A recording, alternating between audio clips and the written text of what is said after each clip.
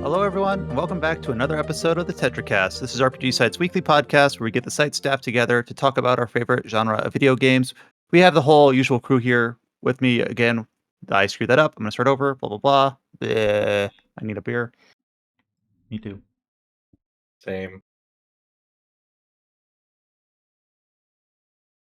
Hello, everyone, and welcome back to another episode of the Tetracast. This is RPG Site's weekly podcast where we get the site staff together to talk about our favorite genre of video games. We have the usual crew here with me once again. I'm your host, Brian Vitale. Joining me, I have Josh Torres. Hello, hi. Adam Vitale. Hello. Xiaomin Wu. Hi. And James Galizio. Hey, folks. It is our first recording for the Tetracast in November. We're very, very quickly approaching the end of the year. We have a couple of pretty high releases to talk about this week. One in particular that we're going to be spending most of the episode on. And if you've been following our socials or our site at all, you probably know, or if you've just been following the game at all, that's going to be the remaster remake of Star Ocean 2, Star Ocean: The Second Story, Star Ocean: The Second Story R. So a game that a lot of us have kind of played either in its original incarnation way back in the 90s. Was it in the 90s when it was released? Or the PSP version that came out in like 2010-ish, 2008? I don't know. I'm not going to pull up Wikipedia. I bought it in a pawn shop around like 1999, I think. That's I'm imagining like a little 10, 11, 12, I don't know how old you are, child, walking around a pawn okay, shop. so like, the backstory of that was I read it in a magazine, like a game magazine of some sort. It says this is like the hypest RPG of it's like or something that you completely missing out because you're too busy obsessed with Final Fantasy VII or some shit like that. And then I go to the pawn shop, bought it, and I played it, and I kind of hated it because I have no idea of all these like systems. They're all like flying over my head. Okay, so that's kind of like my first experience as like a very young kid.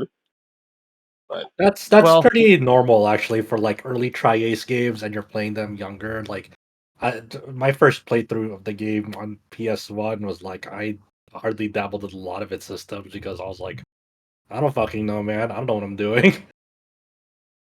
And I'm like, well, I first played the version of the game with the PSP where I was not a child, and it still was kind of over my head. I'm like, item creation. What is this? So remind me, maybe Adam knows, like the original version was published and developed by Tri-Ace, then the PSP version was developed by Tri-Ace, published by Square Enix? Or was Square involved even with the original release? Well, it's just Enix at that point, right? Oh, okay. And then, of course, this remake, it still credits Tri-Ace as obviously the original developers of the game, but it's actually developed by Gem Drops, published by Square Enix, of course. So, interestingly, as when the game was announced earlier this year, we talked about it was, they went back with the original subtitle of The Second Story versus, Second Evolution. But we've been covering this game pretty thoroughly on our site over the last week, as it released just a couple of days ago at the time of recording.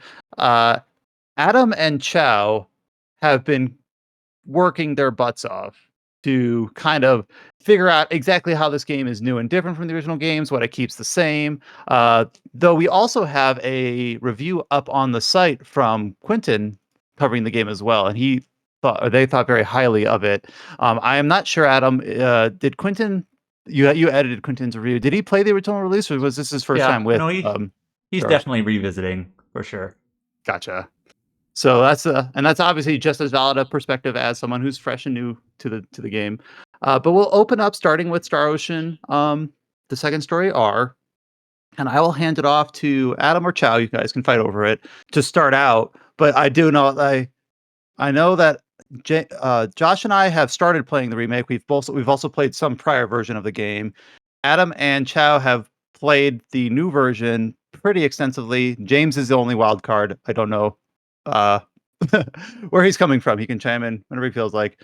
But we'll go ahead and focus the opening of our podcast on Star Ocean: The Second Story R. Take it away, Adam or Chow, whoever speaks up first.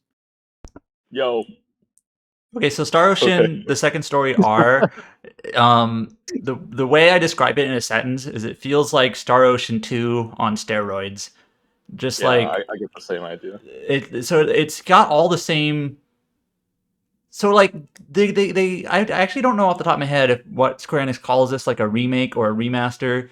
So it is clearly based off the PSP version in that like the dialogue is the same as the PSP version. The structure of the game is generally the same, where the private actions are, the dungeons and like which the order you do things. It's not like a ground up remake like Final Fantasy VII or what have you. But like so many things have been changed in terms of mechanics. Basically, every single location is now in 3D, and that's a huge change. The layouts are different. So it is sort of that remakester category where it's like not quite from the ground up, but it's almost unrecognizable from earlier versions. Like the story is the same, the dialogue is the same, but I think the key kind thing of like that Xenoblade Definitive realm. Actually, it's even more so than that because Xenoblade Definitive Edition was mostly just new art style, and everything else was the same. That's a good point. Like the locations, the questing, the dialogue, everything. Where this is, even the locations. Like for example, if you were to try to follow like a PSP version guide on this game, it wouldn't work because layouts are different. Like the buildings are in different spots. They're everything's in 3D now, so it's kind of recreated, remade in that sense.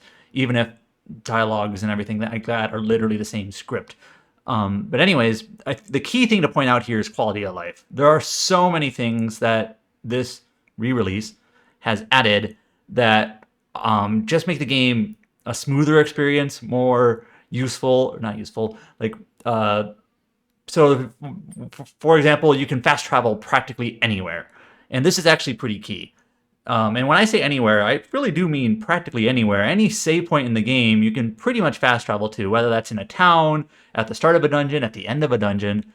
And you can, I play on PC, apparently it's also the same on PS5. Fast travel is extremely quick. So you can go from the top of the mountain to the bottom of the Salva mine in a second. And the original games have a fair bit of backtracking where you go to the end of a dungeon and you need to walk your way out. And also in the original games, they have random encounters that I think there were some mechanics that you could like lessen them, but you couldn't get rid of them entirely, I believe. So you had to deal with that. Now there's no longer any random encounters. There are now icons on the field or on the map, that you run into to initiate a battle. And there's other systems in place to, lessen that or increase that if you want. So my point is the game is a lot smoother. It's a lot quicker because you don't need to backtrack. You don't need to deal with random encounters. Besides things like that, there's a bunch of UI improvements, especially with item creation, which we'll talk about item creation later, I'm sure. That, how do I put this? There's a tutorial to make it much more streamlined. Yes. In the original games, there's basically just like an item creation menu, and there's like tiny little like 1 sentence, maybe 2 sentence little tips. Like you can create weapons using this, and it's like, go for it, and that's about it. Where now it gives you like a better menu in terms of like, here you can create 4 different things if you use an iron or a silver or a gold. It tells you like there's the possible items you can create, like the number of them. It gives you a quick tutorial on each item creation menu. And let me just kind of step aside a second. Item creation is, I think, one of the emblematic components of Star Ocean, like one of its most unique design components. It's what sets Star Ocean apart from other JRPGs. There's not many that have this sort of really kind of dense, robust system in play that involves lots of different items and components and item creation, not just for weapons, but for various other bonuses, for your stats, for your skill systems, for SP and BP and all these things. And this is also the avenue to breaking the game wide open, which I'm sure we'll talk about later too. But yeah, the thing I was going to ask was like generically, so most of us, all of us are pretty much approaching this game familiar with it, or at least familiar with the series. But if I'm someone who's younger who didn't play either the PSP version or the original version, and I see, oh, there's this remake that came out. This is a hard question for us to answer because it requires us to put ourselves in another set of shoes. But like, why should I care about this remake, like Star Ocean: The Second Story R? Like, what sets it apart what's emblematic about the series. Maybe I played Divine Force and didn't gel with it, or I didn't, but I'm interested in this. Like how do we bin Star Ocean amongst its contemporaries? It's a hard question to answer. So I think Star Ocean for me has always been more about like its mechanics and kind of layered systems, more so than just, a JRPG adventure, which it is that. But it's, I honestly think if you talk about like things like character writing or like narrative, Star Ocean is fine. It's not great. I don't think that's not the way. That's kind of the weakest parts of Star Ocean series. Yeah, it's not necessarily the main reason you're coming here. Like, I don't think it's awful. I just don't think it's the high point. I think the high point is all these goofy mechanical things that how these games are designed. Another kind of unique component to Star Ocean. There are 13 total characters in the game, but you can only choose a party of 8. So there's always this sort of not a lot of RPGs do that, where it's like you have to choose your party out of a larger pool. I know you have like Saga games and things like that, but these characters are a little bit more written than Saga characters generally are. And so my point is 2 different people can play through the game, not only choosing the other protagonist, but with a totally different party and different characters entirely. That affects both story, like, well, not really most of the front to back narrative, but like scenes that you get, the private actions, as well as in battle. There's a bunch more quality of life stuff that I hadn't even mentioned in terms of just how do I put this? Like in the original versions of the game, in order to power up skills, you had to like repeatedly use them over and over and over again. Yeah. Where now you can there's a new like currency you can use to just upgrade them, which is much, much, much less tedious. Now there's a menu that you can pull up when you're fast traveling, and it lets you know at any time where there's private actions. So this may not, if you're not familiar, this may not sound like a big deal, but in the original game, how it would work is you would see like a story event. Let's just say you finish the Forest of Symbols, and you're like, all right, I just finished the story event. I wonder if there's new private actions. I better walk all the way back to Arlia, which involves going like through Salva and across the world map, all the way back to Arlia, just to check if there's a private action there. I don't know if there is or not. And you'd walk all the way back, check it out, and be like, oh, well, there wasn't one there. Maybe there's one in Salva. I'm going to walk to Salva and see if there's a private action there. Nope, I don't think so. Or you go to a place and you do have a private action, and you're like, well, now I wonder if that unlocked any other ones. Yes. That it just ends up like cascading. Huge pain in the ass. Yeah, so you basically have to tour the world slowly just to wonder, like, where are private actions? I have no idea. You're kind of blind. Where now they just show up in a menu. Document all that back in the day. Yeah, that's. Hey, we have every private action from this moment to that moment, and there's also deadlines too, because you pass certain story parts. Yeah, it's gone, right? So, I don't know how people do it. Yeah, so that's a huge quality of life thing where you just check a menu and like, oh, there's a new private action in Arlia. I'm just gonna warp there and see it, and it even tells you if they're timed or not, which.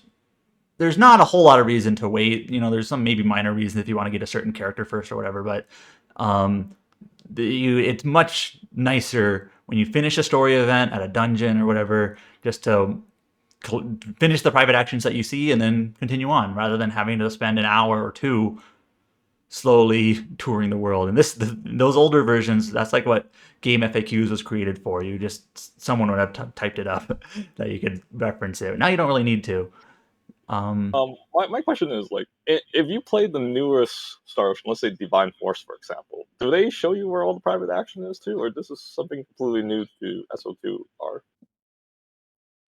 I don't remember. It wasn't that long ago. I don't remember if they showed you where they were exactly, like when they were available on the map. I don't remember that. Well, I do remember that Star Ocean 5's private actions were awful. Like, absolutely garbage. They were terrible. I don't even know. In what way? And how they were implemented, or so Star Ocean 5, you would have to like go to the inn, and you'd have to go to a certain circle to like activate private action mode, and then the characters would separate like they normally do.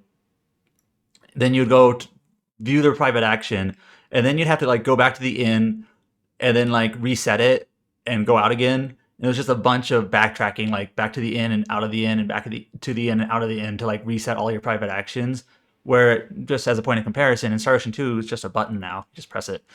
And by the way, if you're not familiar with private action, all it really is in the Star Ocean series. It's just like, it's almost like skits in the Tales series, only it's more just like character interactions. Like you'd see a private action between Claude and Reyna, or Claude and Celine, or Reyna and Ashton, or whatever. And it's just like a little character-to-character skit. And it usually includes some sort of affinity gain or loss, depending on your choice you make, that kind of bolsters your relationship with that character. And that affects endings. Endings in Star Ocean games, and they're all very similar in this sense. Like, there's various endings for different pairings of characters, depending on what your affinities are. In this case, there are 99 different endings, and it's just all the different permutations of characters plus a few bonus ones. And it actually, one of the kind of nice, neat things that the game does when you get to that point is it actually lists out all the endings you've achieved and which ones you don't have yet. So it's just kind of a nice little catalog. Like, you've gotten 8 endings, because on a single playthrough you might get several endings for various characters, and then just let you know which ones you've gotten, which is kind of fun. I think it's a really like big testament on like the developers' part of like, you can tell these are Star Ocean 2 fans that like we're just thinking on every possible way they could like enhance the experience and make it like a smoother ride for newcomers and existing players, because like pretty much nearly every facet of Second Story R is definitely catered to like just making Star Ocean 2 like just a better game experience. It's pretty fascinating to see, because they really took a hard look at it from like inside and out, what they could do better with it. And I think that really just like that ties into like, you know, the interview about the behind for Second Story R developers on like kind of its revival. I was going to ask Chow, because Chow and Adam have both taken a long look at trying to detail in various guides and primers up on the site about how all these systems works, because it's a lot more intuitive now than it was, but there's still some vestiges of, this sort of 90s design philosophy creeping through just in the way that these menuing and all these systems work. So we heard at length kind of Adam's initial impressions about how he feels about the additions and changes to Star Ocean: The Second Story R. I just wanted to make sure we get Chow an equal chance to kind of talk about his time with the game, especially diving in as thoroughly as he did to write up all the details about how all the systems work. So my experience with the game, I treat it as like the Marvel vs. Capcom 2 of RPGs, because if you're using like all the characters, they move faster, just like how they work. It's like you're putting like modern video game versions of them into the old one. That's how I look at it. I know it's a very dumb comparison, but that's how I see it. Well, I haven't played Marvel vs. Capcom 2, so I'm like, all right, what does that mean Josh about would Marvel know what vs. I Capcom? would be talking about. It'll be all this shit all thrown in at once, right?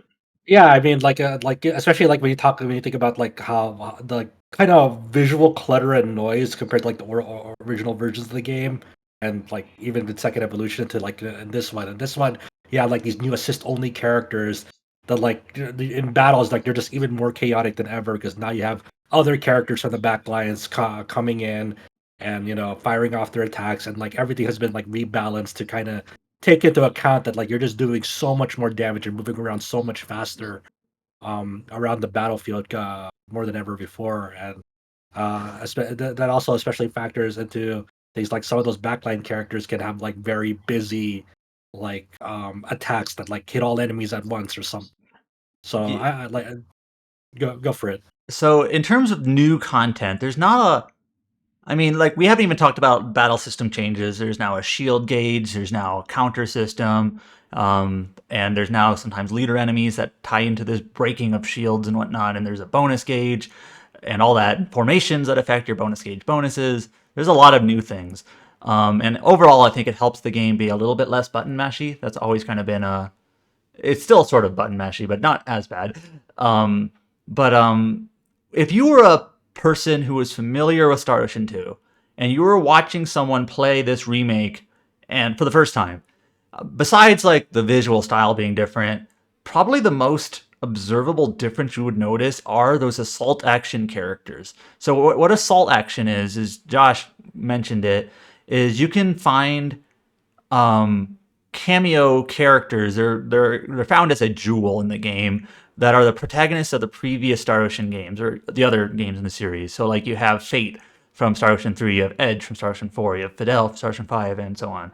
And you can call them in. Their attacks work on a cooldown, so you can call them in, and they'll do like an ability, and it's actually a pretty considerably damaging ability. Like they're worth using. They scale to your own stats. Because Yeah, I and- summon Letitia like right at like level 20, but because I have a very overpowered weapon, it does like did like multi hits like of thousands. Like holy shit, this fucking Yeah. hurts. Yeah, and later in the game, those cooldowns, I don't know if they're based on like your damage or your critical hits or whatever bonuses you have from your skills. I don't quite recall, but those cooldowns become really short. And what that means is you can summon these characters, these like assault action cameo assist attacks in very frequently, like multiple times per battle. And like Josh was saying, it makes things kind of chaotic. There's no reason not to use them. It's basically free damage. Like, oh, I'm going to summon in Letitia. She does like an area of effect magic, thing. And then like Fate does like a really big sword slash thing that does a lot of damage. And Fidel, everyone's favorite character from Star Ocean 5, does like an area of effect attack that affects the whole battlefield. It's really good for wiping out lots of enemies at once. That's probably like the most observable difference when you're like watching people play this game, I think, especially in the later stages, because you're going to be summoning in these characters all the time. Like Josh said, also your other 4 party members, because you can have 8 in the game, only 4 in battle. The other 4 that aren't in battle, you can call them in as well to do assault like assist attacks. But I kind of felt they weren't nearly as good as like the cameo characters, so I always stuck with them. They also added fishing into this game. Yeah, that's the other new content. And even like a new character that's like an NPC for the fishing. Yeah, the new character's name is Real. So I think that's like a prime example of normative determinism, where like once you were named Real, you were just destined to be like this fisher nut, right? So, but yeah, she's basically a new NPC that you meet in one of the towns. This is really one of the more significant new content, even though it's not really that significant. It's present, where there's fishing spots all over the map, both in cities, on the world map, and sometimes in kind of silly places like, here's a pot of water in this house. You can fish in it. How does that work? I don't know. It does. And you catch There's fish. a little moat at the base of a statue. There's a bunch of fish in there. Yep, like little fountain. You can just fish in the fountain. Apparently there's fish in there. But you catch fish. It's a very simple fishing system. It's not even worth going into. It's just you press a button at the right time and it fishes. And you basically can turn these in for items. And some of these items, there are a bunch of new weapons and accessories in the game, as well as like new factors. Factors are things that have shown up in later Star Ocean games that are basically just like bonuses on weapons and armor and accessories. So they're now in this game too. And these new accessories, like I believe there's one for the fishing that raises your attack by 50%, which is pretty significant. There's also a weapon, there's also an accessory that raises your attack by 100% later. And there's all these different factors you can do, and fishing. My point is that it's kind of throwing more items at you, more equipment at you that you get for rewards. There's a new mission system as well. So mission system, there's 2 different types of missions. There's guild missions, and then there's challenge missions. Guild missions are kind of the replacement to like the skill books in the original games, if you remember those. You had to buy skill books, which allowed you to learn the skills that allow you to do the item creation. It gets a little bit confusing if you're not familiar with it. In this game, those don't exist. Those skill books don't exist, but what instead exists are guild missions. And basically all these are they're like small little lessons into like how to use item creation. It's like use the writing item creation to write a book. And if you do this, we'll give you some SP and money and EXP and some items or whatever. And it's just kind of it's like an incentive for you, the player, to be like, let me like look into this and just see what I can do and, fulfill what this guild mission wants me to do. But it kind of also just kind of teases you and what else you can do with this item creation. It's smart tutorialization. Yeah. It just gives you a little reward for just like testing it, to trying it. And there's a bunch of those. Like try using replication, or here's what things you can do with music, or what have you. It's just like little lessons. And then the other type of mission, challenge mission, these are sort of like battle trophies in later games, although they're not all combat related. Some of them are, but some of them aren't. Some of them are just pure, progress in the story or item Walk creation. 4,000 steps. Yeah. And then these missions are basically, there's like mini in-game achievements that you basically turn in for free items, and the game throws more and more items at you. And we can maybe start talking about the item creation stuff more in depth now, in that these items that you get, sometimes they might seem minor, like, oh, this mission that I did gave me some mithril. What do I do with mithril? But apparently, if you don't know, you can actually use mithril to like create one of the strongest weapons in the game from relatively early on for Claude. And basically, if you know what you're doing, or if you experiment enough to kind of make weapons before you would naturally get them, you can break the game's difficulty and balance wide open. And then there's other things too. There's so many ways, I'm sure. You can get infinite money relatively early by using replication in a smart way and just replicating items that sell for a lot of money. And then you buy the film that you use for replication for less than what you sold it for. So you basically just have infinite money.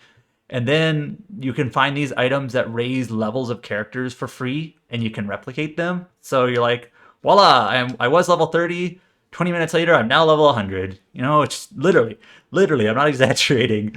Maybe a little. Maybe it takes 40 minutes. Before we started recording, I had talked about how I had done some of the replication to get some money, and Josh was like, well, that's not how I broke the game open. I broke the game open by using this goodie box to get this insane gear early on. And then, there's a third and fourth and fifth way to all do it as well. There's just... Yeah, I kind of put Star Ocean 2... Go ahead. I was just going to say, I'll be honest that sometimes it's easy to be, at least for me, maybe I'm weirdo, but it's easy to kind of be intimidated and be like, well, I don't want to interface with that. I'm just going to like buy gear as I go to new weapons, treat it like a very, very traditional RPG, blah, blah, blah. But the missions, as you mentioned, it's nice to just kind of say like, don't be intimidated. Just try going into crafting, and just, and the UI is much more intuitive than it was. Yes. And it clearly says like, if you use an iron in crafting, you can make 5 different things. You found out 2 of them. There's 3 more. This is your success rate for being able to do it with this character. And it's like, oh, okay, this isn't too bad. I understand this. Oh, in order to do this more, I need to update this skill. It's actually more intuitive than like Star Ocean 6. Yeah, Star Ocean 6. You're kind of blind. I remember Star Ocean 6, when I was trying to get ready for all the end game content of that with Gabriel Celeste and all that. I was trying to have, like, in most cases, characters can synthesize their best weapon, but not all. It's like, oh, in order to get Raymond's best weapon, actually, what's her name? Vanya? I remember her name. Has to make it. Or it was something like that, where it was like, and why is that? I don't know. It just is. There's a little bit of that eclectic, kind of esoteric trial and error knowledge that you had to kind of like pull up a guide for, even in that game. Where in this game, I shout out to the guides that Chow and Adam have put together up on the site, and they are very useful, especially the checklists. But I don't feel like I have to like read them like a Bible. Like, oh, a lot of the information that's presented in the game is pretty intuitive once you just kind of dip your toes in. It's not too intimidating. And when in the other games, there's just so much happening behind the scenes that's just a lot of guesswork and RNG, and you don't know if you're wasting your items or not. So this sort of idea that you can break the game wide open, that's not necessarily like new. In fact, pretty much every Star Ocean game you can do this in. And in fact, I've written about this in terms of, I kind of view this more like a feature of the series rather than, something to poke at or a flaw or anything. It's just kind of, it's there if you want it to be. Especially this remake of Star Ocean 2, I kind of, like, in my mind, put it in the same bucket as, like, Final Fantasy VIII, where you don't have to do this at all, but if you want to, and you play it a certain way, you can just completely get overpowered items, weapons, gear, level up, stats, just completely bust things wide open. There is no difficulty, and I'm not criticizing it for that. I think it's a feature, not a bug. Like I fun. was gonna say, I don't know if they balance the difficulty well because of it, because they definitely made the monsters in this game like have like 3 times more HP and they hit Yes. harder than the PS1 version. But the problem is, like, I guess they do account for people breaking the game, but if they don't know how to break the game, then they'll be like struggling to get through this content. Because I read one of the reviews, they like gave it a game low score because they didn't know how to do this item creation stuff, and they used Reyna as their physical attacker for some reason, which is the healer of the group, and was struggling to get through the last half of the game. It's like, yeah, I gave up. This game is not good, or something like that, because they don't know how to use these systems. So it's kind of like, But I don't really think that's like item creation is like necessarily like mandatory to like beat the. Of course, I'm talking about like the base game. I don't know how it is for this remake, but I don't think it's like. I can't No. imagine that's like that they're expecting you to like like break the game to proceed through the game Nah. like in a mandatory fashion. It's one of Like those things even though, like yeah, and I you can can't always really like speak lower to the it. difficulty as well. You know, if need be. But I don't know. I just think that's hard to believe to think that like they expect you to break the game to proceed through. but I the I, I don't thing is, buy like, that at all. I was like saying the monster's been scaled up a lot, so Yeah, I'm wondering if they they're just are. accounting for that, or they just want people to do more action based. Well, think about it like this. Think about how the new gameplay system works, right? Because they're accounting because they have this new shield system, and breaking is like a new central feature of the game to do a lot of damage.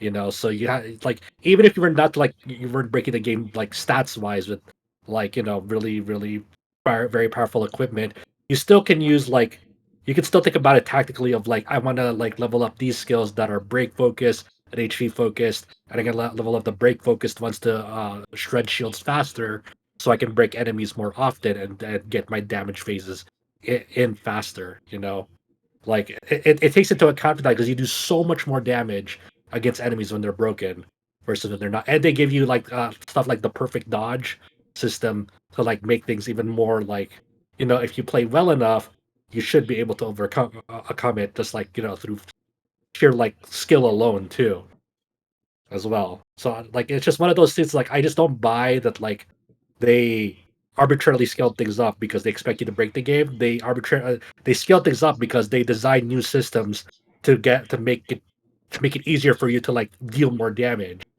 with stuff like the shield system, for example. So like if you're not playing into like the game's new systems that they give you, then of course you're gonna struggle because you're just wailing away at like what feels impenetrable because you're not taking advantage of the systems that they've introduced in this remake. You know what I mean? Like if you wanted And then to, you there's could play also this game without like upgrading your arts, without upgrading your battle skills that improve like your accuracy and your damage and even your Exactly. ability to break shields. Like yeah, it's gonna be hard if you don't interface with those. And that's not like part of any breaking the game. That's just using the mechanics in the game to level up, progress as you would in an RPG. Yeah, I was just gonna say sometimes it's just like conventional, like, okay, you're struggling on a boss, and I'm not saying that all complaints or criticisms about unbalanced difficulty are invalid, but just like, have you considered who's in your party, or as Chow brought up, are you using Reyna as your physical attacker? Should you be doing that? Uh, Things like that. So sometimes Uh, just like you don't have to break the game open, but have you taken an approach that makes sense to what you're doing? Because we've all got our favorite example of like Lost Odyssey's first two bosses, or the Dodo Bird and Fate and Kaitos Origins, where the balance just goes out of whack in a way that does kind of feel unfair to the player. I have a good There are those example. I have a cases good where it's genuine. example. Go ahead. Relatively late in the game, there is a boss who's basically just like a fireball. Like I mean that literally. He's just like a big giant fire guy, and he was actually doing quite a bit of damage to my characters, even with like higher levels and whatnot. And I was just like, this guy's actually sort of tough, and I lost one. So I'm just gonna put on equipment that lowers fire damage by half, and like, oh voila, now he's way easier. You know, Yeah. just stuff like But that. there are those cases. I don't know if Star Ocean 2 has an emblematic example, but there are those cases where it's like, why is Getsuo and Tales of Vesperia so fucking tough? That boss is so Because he funny is. because Carol after the battle is like, "That was easy." It's like it was not. Shut up, Carol. Exactly. So there are those examples that are genuine, and yeah, no, even if you like set up well, you're gonna struggle just because they are just a hard boss. Have So you guys even tried though we've being DS go ahead, Chow. in the arena? Have you guys tried being a DS in the arena? It's like it's a battle that you're supposed to lose, but in the PSP You version, you can sort of beat them. and every time you beat him, he gets back up, and it's like, okay, it's like rip. I just wonder if you guys have even tried. No, yeah, like I haven't in older tried. versions, yeah, not in the remake, but like in definitely in the PSC version. I forget. So This is kind of a tangent, but the remake has a new game plus. Did the PSP version or the original version have new game plus, No. or is that new? That's new. That is that's new. new. Okay. So the new game plus No. is nice just for like if you want to see other endings, if you want to see the other Well, protagonist because route. it has the characters, and the Yeah. route. So It like seems like it's tailor made for that. yeah, so if you do a route with like Claude, Priestess, Ashton, Chisato, I'm like, all right, now in my next playthrough, I'm going to check out Reyna's story, and I'm going to get Opera, Ernest, Noel, or whatever, and Bowman, and just kind of see the other characters, and you can kind of blitz through the game and just see the scenes. You're overpowered already and whatnot, so it's fun. We haven't spent a lot of time talking about kind of like the meat and potatoes for like if this was a new RPG, we'd be talking The story. or maybe I was gonna Yeah. say like I don't know how to best to describe it. Star Ocean has all these interesting systems that we kind of latch onto that, but it's like, how do we feel about the characters? How do we feel about the plot, etc.? And I'll just say kind of two things as I play through this game. If you asked me before playing through the remake, what do you remember about Star Ocean 2? It would have been honestly like very little on the fringes. I do remember Priestess is the young girl that is like a Tita type. I do remember Ashton because he's very, iconic. Well, I don't know if iconic's the right word, but his design's very unique. it's funny that and- you compare Priestess to like an RPG that came out way after Star Ocean 2 came out, like Yeah. comparing her to Tina. Mhm. Hey, look, people when they Let's see Legend of Heroes, Trails in the Sky. I saw one Steam guy. It's going. Is that Kirito and Asuna? They should sue or something like that. Okay. It's like But as I've been, sorry, go ahead, Joe. I was gonna say, it's all about icon recognize. Whatever becomes more popular, it's like what people will compare with, right? It doesn't matter if you came first. It's all about the popularity these days. Well, So I in played. terms of- Did I play Trails in the Sky before Star Ocean Second Evolution? I don't. It was around the same time. I think I played the PSP version of both games around the same time. So Go ahead, Adam. in terms of presentation of the game, I like how it looks with the art style with the pixels in the 3D. I know some people think they clash, which is fair. I don't mind it. I think it looks fine. And The 2D art's great. the 2D We talked art about it is when it was way. announced. I never was a fan of the PSP art, which is like a really basic anime style with like absolutely no shading. It's I don't even know. It's like a very very simple style. That's not even They just took mentioning the anime art, basically. that's I not think even they did mentioning that like Reina looks like an elementary school girl and she's supposed to be like Right. 17. And this is a criticism from nobody. Way back then, people were criticizing, especially that Reina just looks like she's 12 or 10 or whatever. But anyways, the new art is excellent. I like it a lot. It's very Yukihiro modern. Kajimoto Yes. is this longtime Um, Star Ocean artist on that You one. could also swap the art, which Yes. the most funniest thing I find swapping the art in the menu is that okay, you swap to the PSP art, it goes sideways, but you swap to the PS1 art, it comes from the bottom. It looks like they're like creeping up or something. There- Yeah, I love that actually. I think I heard that they did that because that's what it did in the original game, is they came from the bottom. So it's sort of a Okay. callback. Yeah. It's a nice Easter egg. And there. I do want to say that like the simple flat shading of the other art in the PSP versions, I think that style can work in certain mediums, especially if it's like an animation style that's very fluid. But when they're being used as like still portraits for a character that don't move, I don't think it's as well suited. Right. So in a vacuum, it can be used in a good way. It just I don't think it fits the way they were being used very well in the PSP version. This game has 3 different voice tracks. It has the PlayStation Portable, the PSP version, Japanese and English tracks. The English track is kind of from that era in that it's not terrible, but it's not great. It's just serviceable at best. It's fine. There's some good. It has that performances, there's some bad. nebulous where it's like it's charming. Yeah. Like my opinion Don't ask about us to that, define that. I was just gonna say, like, they don't want to like redub the entire or redo the localization because they want to reuse the English dub. Is that what everyone assumes? I guess, but I don't mean, overall, I think if they had to make compromises on of fields they wanted to focus on in this remake, and they had to like cut down on like getting a new voice track for a new English voice track, or brand new Japanese voice track or whatnot, like a brand new cast. Like I would prefer they cut down on like the voices there if it was in service to like making other elements of the game better. Like I'm Yeah. totally fine with that. The voices are, just like asking. anyways. In terms of like localization, I don't know if it's excellent, but I don't think it was ever to the point where it's like this needs to be redone. So the fact that they just kept the localization the same, it's fine. You know, it's Well, good. You know. I went through the PS1 version. It's not bad, but certain parts were like completely like mistranslated or translated a little bit too literally. Like the Sacred Forest is like Shingo Forest. Like what the Oh hell? yeah. Like, What do we okay. what do we And feel all the about angels what do got we their name. what do we feel about Creepy and Weepy instead of like Ururu and Guru or whatever they're That still kind of irks me just a tiny bit, to be honest. Oh, I people mean, are so upset about that. They yeah, want like those names. yeah, because I really like the Japanese names for that. I think people are still upset about like the angels being renamed because back then, people were scared of offending religion, so they would censor any religious themes back in the day.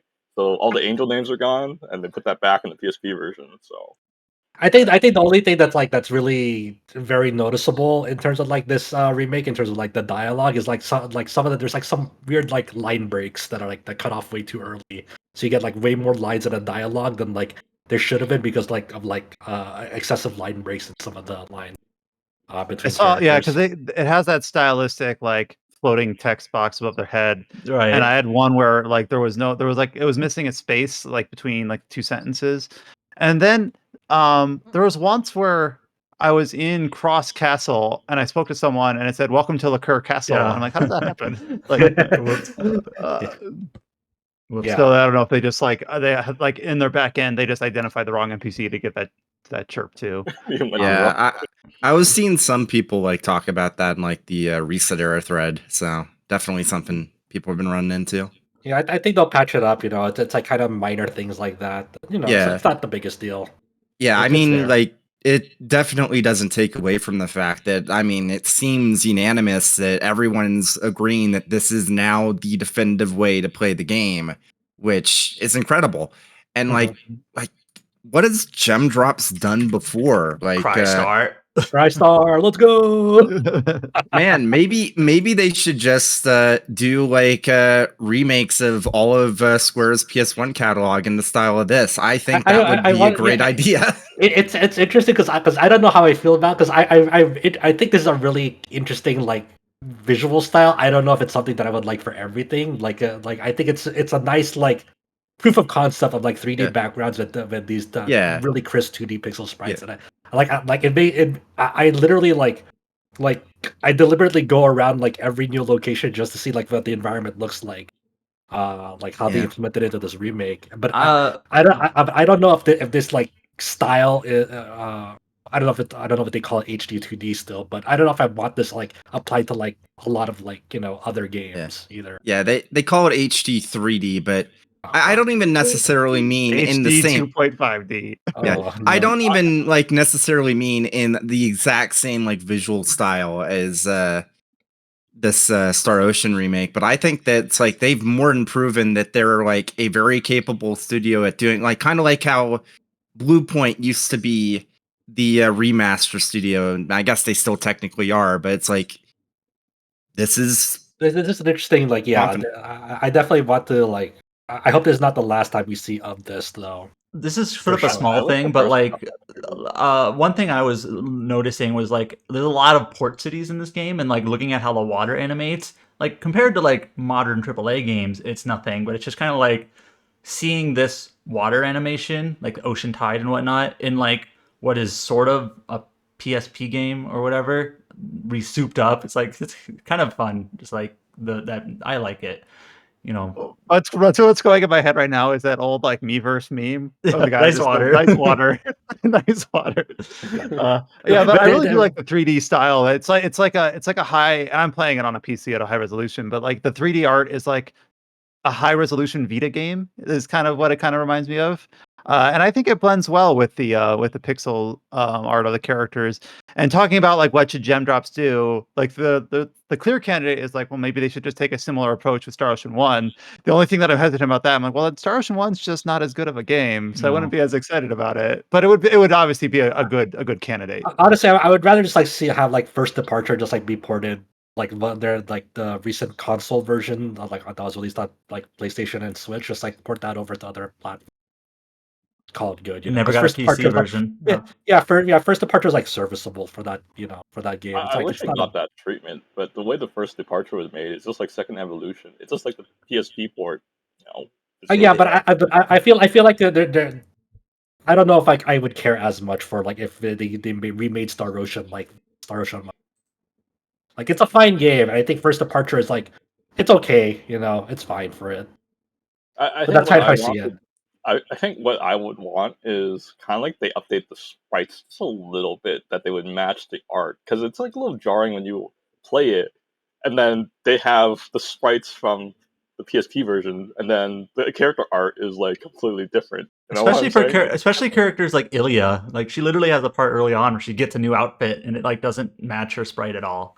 Right. Okay. Yeah. She's wearing her PSP art sprite, and then her art is like she's wearing blue clothes.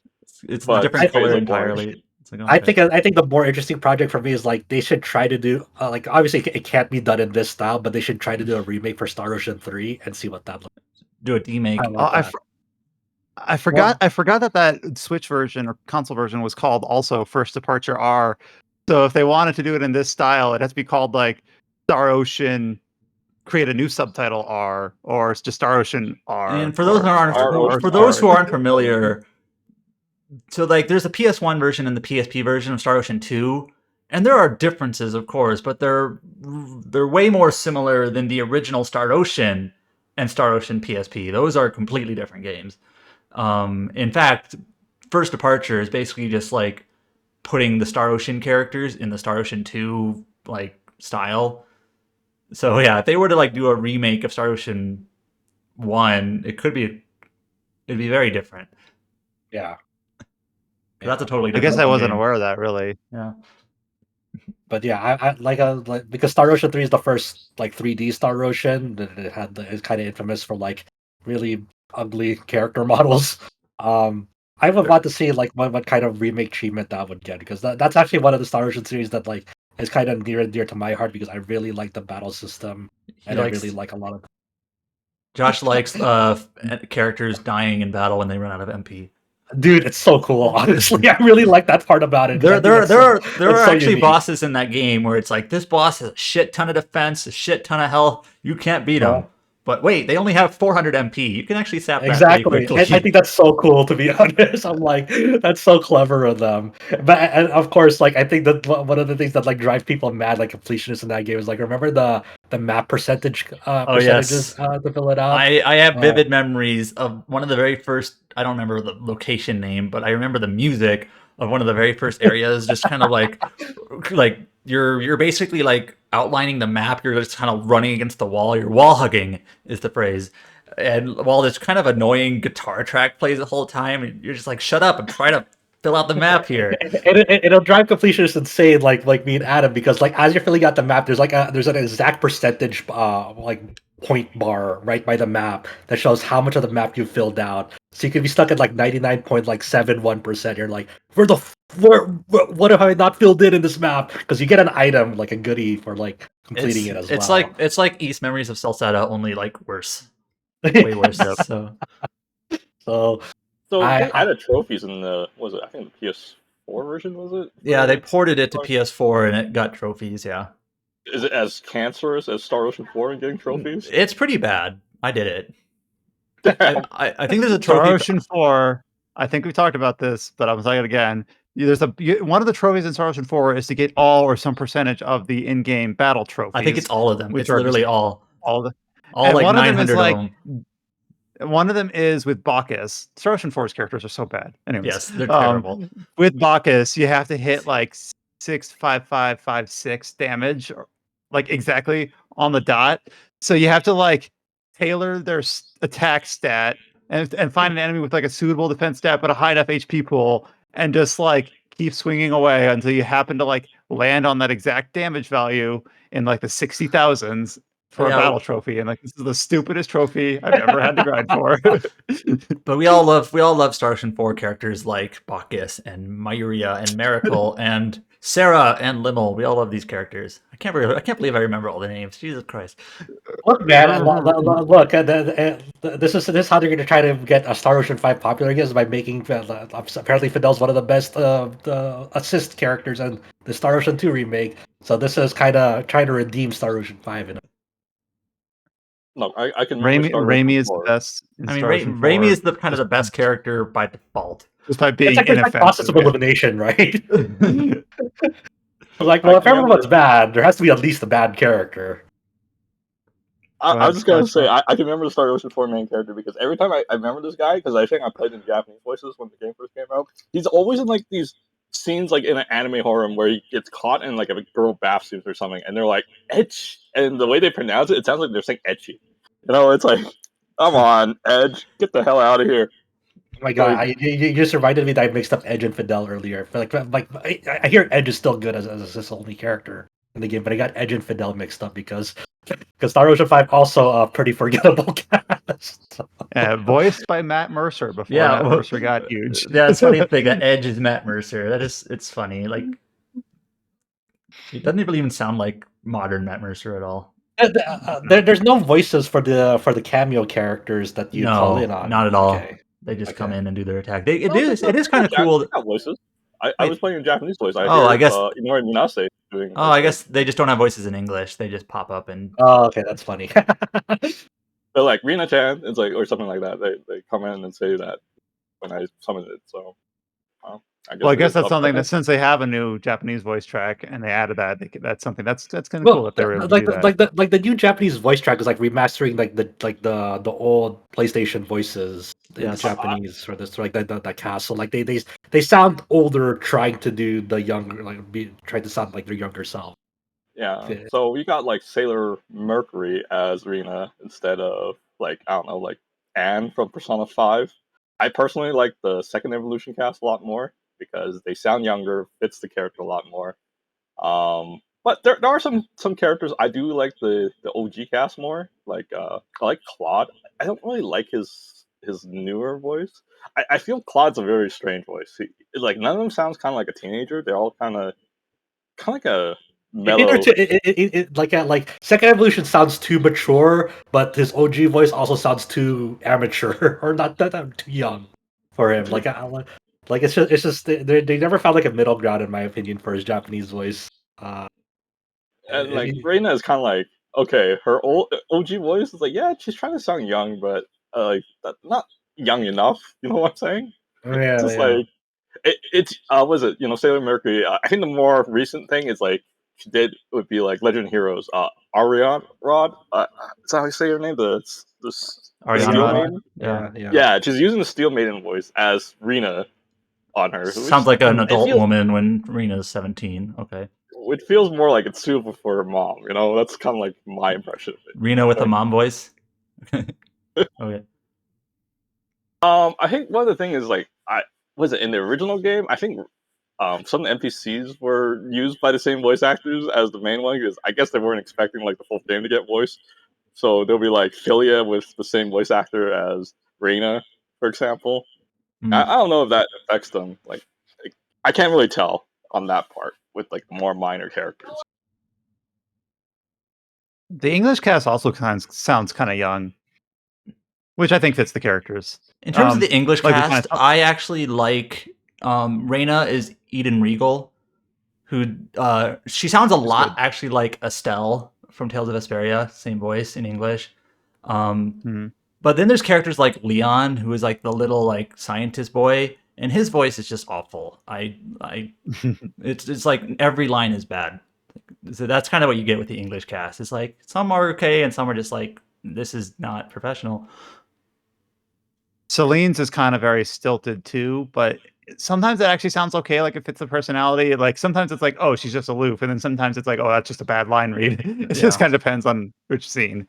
They still kept one of the best like aspects of Star Ocean 2 intact though with the remake is in battle when everyone says like their skills, they can like overlay their voices every time they cast a skill. So you just hear like endless like line of like people shouting their skills again and again. and it's just like, and it's overlaid all on top of each other, and it Yeah, drives you mad. But so I it's kinda played it. charming. I played in English, and one of the voices that stuck out a bunch is Priestess when she does her ability Jump and Thump.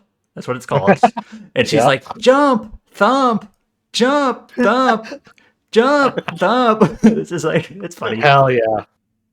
I mean, I it's don't not a know, Star there's Ocean one- game if you don't have like 2 abilities that are just spammed to hell and back. Meteor And that's how you palm, Dragon War. meteor palm, meteor palm, Sidekick Dimension Door. Oh wait, that's Star Yes. Ocean 3. dragon yeah. roar. Yeah. I think the most memorable for voice for me is like trying to cheat Diaz in the arena. He keeps saying like Chaos Blade, and you're like trying to Oh, do yeah. it like, and Claude would do his like attack. It's like ah. You're like, it's like damn. This sounds And I fucking wouldn't have it annoying. any other way. Claude's English voice is okay, but I actually kind of like his battle like shouts and grunts more than his like conversation voice. It's just like, Spike Spencer, who but I think is it's a the fit. original English voice of Shinji from Evangelion, Huh. and also Ring a Bell I do- from Bravely Default. I do like how the voice performances in English and the story.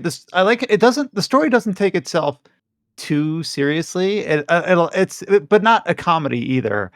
Like for instance, when you're doing like Ashton's quest to try to exorcise the dragons on his back, there's just one point where you're like creepy, weepy, and they're like sad, and they like grab like, Yeah. creepy, and it just like, and then there's like an early scene that's kind of ham-fisted with Celine's like wedding, and you're like crash the wedding, and it's just kind of goofy and like it fits the vibe of the game. Or like when you get Priestess is very very young. I think she's supposed to be like 11 or 12, She's 16. and like one of the first. She's 16. Oh, she's 16. Really? Yeah. I thought she's supposed to be younger. Because Well, like one I of the think things she, she I think does, she like, I is wanna the play- youngest. Besides Leon, I think she is the youngest character. Leon's like 12. So she has this thing like I want to play hide and seek or things like that. So okay. Normal That's 16-year-old children's things. So, but I think the voice performances kind of fit the young cast. Very stereotypical, like JRPG. Once you're 30, you're ancient, which I think they've been doing. Which has not as been as prevalent. It was very prevalent in the 90s, not as prevalent more recently. In my I actually experience, don't mind the story in this game. It's a lot lighter in tone than like Mhm. modern day RPGs. Like if you play like something like Tales of Rise, it has like they try to throw in this like kind of dark, edgy theme at you. It's like slavery is bad. Slavery is bad. A- Can we just get to and like then a it doesn't, light? and then it doesn't land, and I you're think. just like rolling your eyes. It's cloying. And as I played through this game, like I was mentioning earlier, like I barely remember the PSP game. But then as I like repeat story events, I'm like, oh yeah, I remember going to this village and running into DS and having to save the kids from the gang. Oh, I remember running into Ashton in the dragon's cave and kind of trying to race to him to get to the dragon. Oh, I remember the having to take the boat across the ocean, but then eventually the city things happen. Like as the events happen, I'm like recalling, oh yeah, I remember this. That was just like on the fringe of my memory, and I couldn't recall it until I was reminded of it. But it's really cozy to revisit. I wasn't like I installed this game and I was like, oh, I guess I should play this, but I've already played Star Ocean 2. Do I really want to play it again? And then as I've been playing it again, I'm like, actually, yeah, I'm having a hell of a time. I'm really glad that I'm experiencing it again. Still easily the best Star Ocean game, even though I do think Divine Force was decent. Hopefully proving that the series has some life, and hopefully this remaster does well, for the IP. I just think the Square Enix going out and like greenlighting this project to take this relatively beloved JRPG from the era, and it was very very a lot of the changes and updates to the game are just very smart and well considered.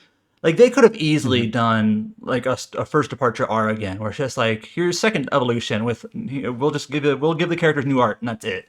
They could have easily done that, but they didn't. They like remade it entirely, and I'm actually curious. What's like the Steam, like what's the word I'm looking for? Or Yeah, Concurrent. concurrent players. Like, how does this compare to like Star Ocean 6? I expect it to be lower, maybe. I don't know. Let's take a look. I actually went to go check right now. So its peak is like around 7,700, and then like people playing right now is like 5,500. So that's just from Steam alone. That's from Steam alone. There's not counting the PlayStation, Yeah. So Switch. And I don't know if this came out on Xbox or not. no, it No, it didn't. did not. Okay. Oh yeah, so it's Or at Switch after again. so it peaked at 7,700. What did Divine Force peak at? I actually don't know if Divine Force got that high. Let me see. Divine Force. Yeah, Divine Force peaked. Yeah, Divine Force peaked at 4,400. So it actually is already peaked higher than Divine Force on Steam. That's actually sort of surprising. I knew people were fond of it, but I actually did not expect that, to be honest. I think it's also word of mouth because like over the years, people like if you're gonna give one Star Ocean game a shot, that's true. Go play two. Go play two. And I'd say that like for the type of game it was, 4,400 for Divine Force on PC alone is actually not that bad. Like especially compared to how some of the other Square Enix smaller releases have done over the last year. So Even then, we just had like a recent one with Dragon Quest Adventure of Dai. We talked about it when that came out. It's like that did based on the Steam charts alone on that one. And I assume that also was reflected in its console releases. Star Ocean 4 peaked at 1,300 on Steam. Star Ocean 5 peaked at 0. So things seem to be on the up and up. I wonder if they're ever going to reconsider re-releasing 5 ever again, or if they're going to just keep that locked on PlayStation 5. Bury it. They would have to redo that game because that game is complete trash. So 5 never existed. It kind of ruined the name, at least in my opinion. I actually think 5 has some decent like narrative elements like written out, but the way that they're presented is as bad as it could be. Like on paper, I think it could work if it was just like presented in a completely different way. Like I think everyone probably has that general consensus that 5 was probably supposed to be made as an MMO from the budget from their gacha game, but that gacha game got closed down, so they probably didn't have funding and it got cut short and made to a single player game or something like that. I remember playing through Star Ocean 5, and I'm pretty sure I talked about it on this podcast. It's weird in that like there are no cutscenes for like the first several hours of the game. It has that sort of just like you move your character while characters talk around you, and it's not like presented like a cutscene or even not even like dialogue portraits that you would get in Star Ocean 2. It's just kind of like you move your character around and like there's just like voiceover. It's very strange. Yeah, it's like you're basically playing the game, but there just happens to be a dialogue box at the bottom. Exactly. Something. It like how in Star Ocean 2. And actually, this remake, it's sort of a fun little flavor thing. When you're walking around the map, sometimes the characters will just kind of like chat. They're not voiced, at least not in English. They just say like kind of random things like, we should go here. Or, sometimes there's some fun like skit like dialogue chat where it just kind of pops up as you walk. That's like all of Star Ocean 5's story, at least for like the first several hours. It's like how it's presented. It's very weird. Like that technique works for like supporting or ancillary or like world building, but like if that's your primary delivery, it's I'm not gonna say it can't work, but it's just it's strange compared to how the rest of the series works. Star Ocean 2 does the fun thing though that was in Second Evolution and in this remake where since like they're working within the confines of like sprite models, so like to like kind of drive home like key moments in the dialogue interactions, they'll have like. And like the portrait art doesn't always like pop up for every dialogue interaction. It's just sometimes reserved for like key moments of like what someone's saying that their like dialogue art or portrait art pops up and then like with like a different like expression on them, which is always a nice little touch. You know what one of my favorite Star Ocean sprite expressions are? It's like when you get like back attacked in this version and your characters have like a really like a popping eyes and they're like they're really they have like a really it also shows them like when they're stunned also. Yeah, they have like a really like overly done shocked face. It's so fun. I like it. It's so good. Yeah, that's excellent. I'm just not realizing that we've been talking about Star Ocean the second story R for over an hour, but there's just so much to talk about, I feel. Maybe maybe at the end of the year or something we can talk about more about it. But like, we've covered pretty much, like kind of like a basics of like, what makes this remake or re-release of the game like really good. Really outstanding. Not every series can do that. Yeah. Sometimes you have Tales of Symphonia being released for the 1,000th time and still not kind of hitting that bar. But it's weird, but it's good that they went all out for this because it's definitely, I would say, one of like the most important games and they're not like kind of like old dialogue or like 90s dialogue of RPGs or catalog. So what do you want to see next, Josh? From the I PS1 already era? told you, Star Ocean 3. Let's go. Let's see what you can do with it. PS1 era, I mean, not PS1, PS1 era. I don't know. The easy answer is like Chrono Trigger, I guess. But you know, there's also Final Fantasy 9. That I would kind of want to see where they go with it. Oh no, I actually Uh, want to see a Parasite Eve. Parasite Eve would be good. You're right. Parasite Eve 1, and then like a retooled Parasite Eve 2 to be more like Parasite Eve 1 would be great. To like kind of like having them bundled together in the same game, the same system would be interesting to see.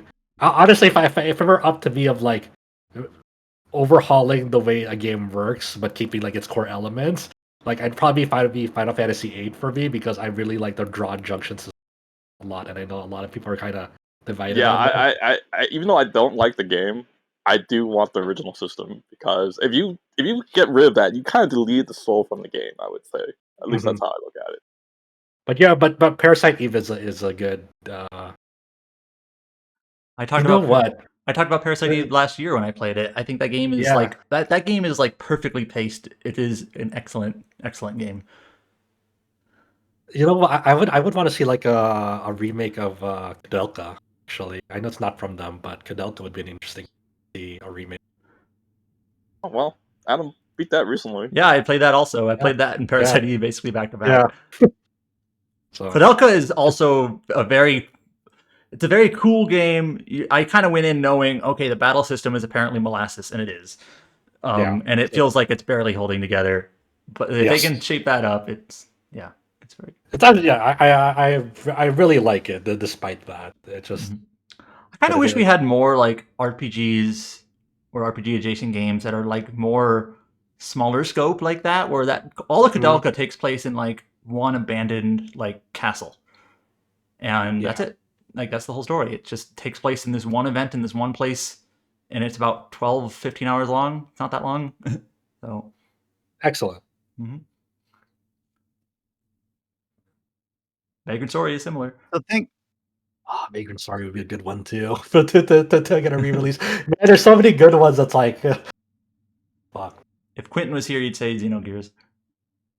Yeah, that's an obvious one for sure. I don't know how you tackle that though. There's so many things to unfurl with it. Yeah. Like, do you try and make this too like a game, for instance? This too is so funny, or not. I don't know if funny is the right word, but like, I'm personally not a big fan of it. But I know a lot of people, and I totally get where they're coming from. Where they're like, well, the gameplay in Xenogears isn't really excellent, so the fact that they kind of removed the gameplay in this too is actually a positive for me. Like, okay.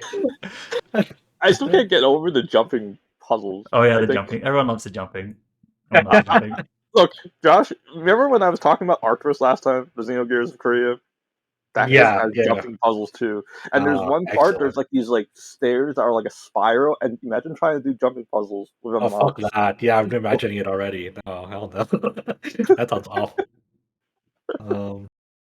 Yeah, I don't know how you would even begin to like conceptualize a remake or a re-release or a remaster for Xenogears. There's so many things that like you could potentially do it, but there's so many things you have to address as well. And or you just say fuck it and just make it a faithful port with some touch-ups and then be like fuck it, and that's it. We're done. Yeah, we're done. With a game like Xenogears, anything you change, touch, alter in any way is going to be like heavily scrutinized. The only thing I could see them like being universally praised for, like for touching up, is like make it so like you can skip through like dialogue. You don't have to wait for it to finish. Right. That's it. Oh yeah, intro is probably the hardest thing to get through because the text is so slow. Oh yeah, it's brutal. It's brutal. I was just gonna mention in Xenogears, when you jump, do you ever get to like a random encounter while you're jumping midair, and then you fall off a cliff because you're not sure if you fucked up the jump or was the random encounter that fucked up your jump? I forgot, honestly. I vaguely remember maybe that can happen in the Tower of Babel, or whatever that tower was called, but I don't remember if that was just an excuse and I was just bad. Yeah. I was just, It kind of just blurs together. It's like you just knew in the back of your mind, it's like there's something dog shit about this. No matter how how old you were, you're like there's something bad about this. But I don't know exactly how to how to phrase it. well, thanks everyone for contributing to a pretty thorough kind of drill down of pretty much all aspects of Star Ocean: The Second Story are. So, a game that sounds like we're all really enjoying, or in Adam and Chow's case, have really enjoyed revisiting. We do have the review up on the site. Again, Quinton was able to actually write up the review for us. Also thought very highly of it.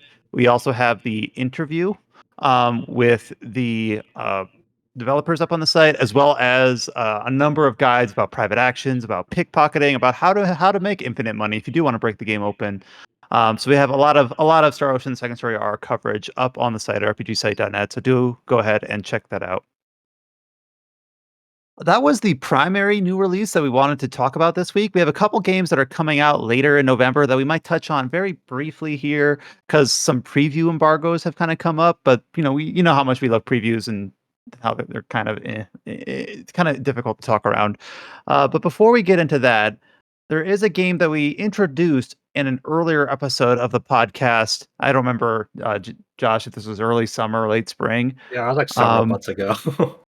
so you might need to tee me up again here. Yeah. So So, so you finished Demon Roots, which is a new game, but at the time there was a prequel or a predecessor that you wanted to play through first. it's not really a Is that how it new was? game. Like its localization came out according to Steam like January of this year. Gotcha. But it has a weird history, right? So, just straight up, it is an RPG Maker game that has hentai elements to it. And then like the kind of, but I've heard so much praise about it from people who don't really play these types of games. Like it's like even you can just turn it on like all the adult scenes if you want off and so forth. But like I just heard like very universal praise for this game. I'm like I'm always down to like play more underrated, not well represented or usually under the radar RPGs. So but I really wanted to get but people were like it's hard to recommend because like the prequel game to it called King Exit is no longer being sold on Steam because of like there was like a previous publisher that the developers dealt with, and then like their relationship went south, and then it just was delisted on Steam several years ago.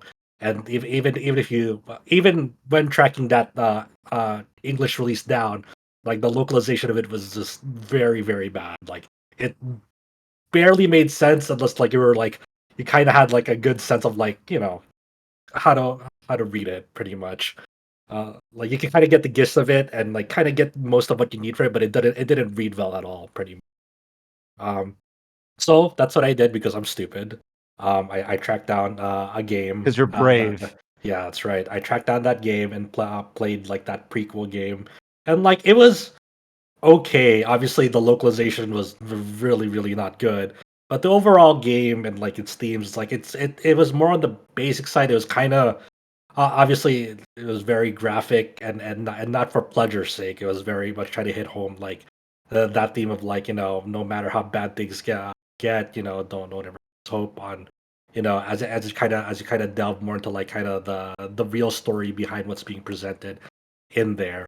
And so Demon's Roots is both like a prequel and a sequel to it because King Exit is sort of like the events of it sort of happen in within Demon's Roots, but also Demon's Roots goes beyond like where that story ended because So it's not a time um, travel thing. It's just the scope of the timeline thing. yeah, pretty much. So let me just very quick aside. Yeah, I'm sorry. sure. Whenever someone says prequel and sequel, you know what comes to my mind? What? Valkyrie Profile 2, which Ooh, does okay, like yeah. a weird timey-wimey thing where yes, it's a sequel and a prequel because there's time travel. And it's just kind of goofy. But that's not the case here. Yeah, not for the most part. I'm not saying that like time travel doesn't get involved somewhere. Like it So there is does. time travel. Okay. But it's kind of hard to talk around. But there is somewhat time travel involved. The basic gist of it, and like what you were talking to earlier, Adam, about like RPGs that like there should be more RPGs that take place like in a single place. Like that was King Exit. King Exit was pretty much you play this character named Gio Luis, and she's been accused of a false crime that she committed there and kind of locked up there. So the whole game is about you escaping this prison, and the end of the game is you escaping that prison. But obviously throughout the events of the game, you kind of learn like the real nature of that prison and how it kind of uh is connected to like the outside world, and how there's a lot of but this prison is kind of the culmination of political corruption in that world. So literally the end of the game is you escaping that prison, and so it was in terms of like where you travel, it's like it's all confined within this prison. Demon's Root is the in the at first it takes place like many years before the events of King Exit. The main like sort of story setup at first is there are two realms pretty much. There's this human realm, which is kind of the normal outside world, and beneath it is the dark realm where demons reside. And very early on in Demon's Roots, it chronicles the demon invasion into the human realm. They come out of the dark realm and they start their world domination campaign against humans. And your protagonist in Demon's Roots is a demon named Death Polka, and she looks like a human. Like she can definitely pass off as a human. She has a human appearance, um, and but everyone else around her is very visibly and noticeably a demon. So you're not exactly sure why she's the only one that looks like a human. This is explained very later on why she is, and I won't spoil that. She's half human. No, Okay. no, but good guess. Good guess. Um, so you play as Death Polka and her and you travel around the world through like you open up the world map and you can go visit various places to travel to conquer different territory. And it's all very story driven. It's a pretty linear progression throughout the campaign. There's optional content you can delve in, but it is pretty much on at first it feels very tropey of like, hey, maybe humans are the real demons, because as you travel around the world you'll see that like in the human realm slavery is very prevalent, and obviously it'll have like it'll try to drive home that like slavery bad, but it'll go beyond that. Like at first you think it's like it's very surface level, very thin on like its themes, but it's a very slow burn on like what you first think is a very shallow theme and narrative and the way it's presenting it. It's like as the game unfolds, there's like these one-dimensional characters that like you'll see little shades of nuance to them, but they're much deeper than they let on. So for example, like the first like it takes a while to get your second character, like permanent character in this actually, is you visit this territory, and it's very a classic way up to portray slavery, where like it's a very male dominated society, and like the women there are treated very horribly, as you can imagine, like in the classic forms of slavery. And you meet this like fallen princess knight, um who has is pretty much like uh it's pretty much your tank for the game, and she's there joining you to like uh trying to free her queen from like like her human captives, because like her queen has been like used and abused by like the higher ups for their own political and personal gain, like pretty much broken, spiritually, physically, mentally. And like and a lot of the game, once like you recapture her queen, and like as like trying to like rehabilitate her queen back to like kind of get us to bring back a sense of like individuality, humanity to her. And like this is all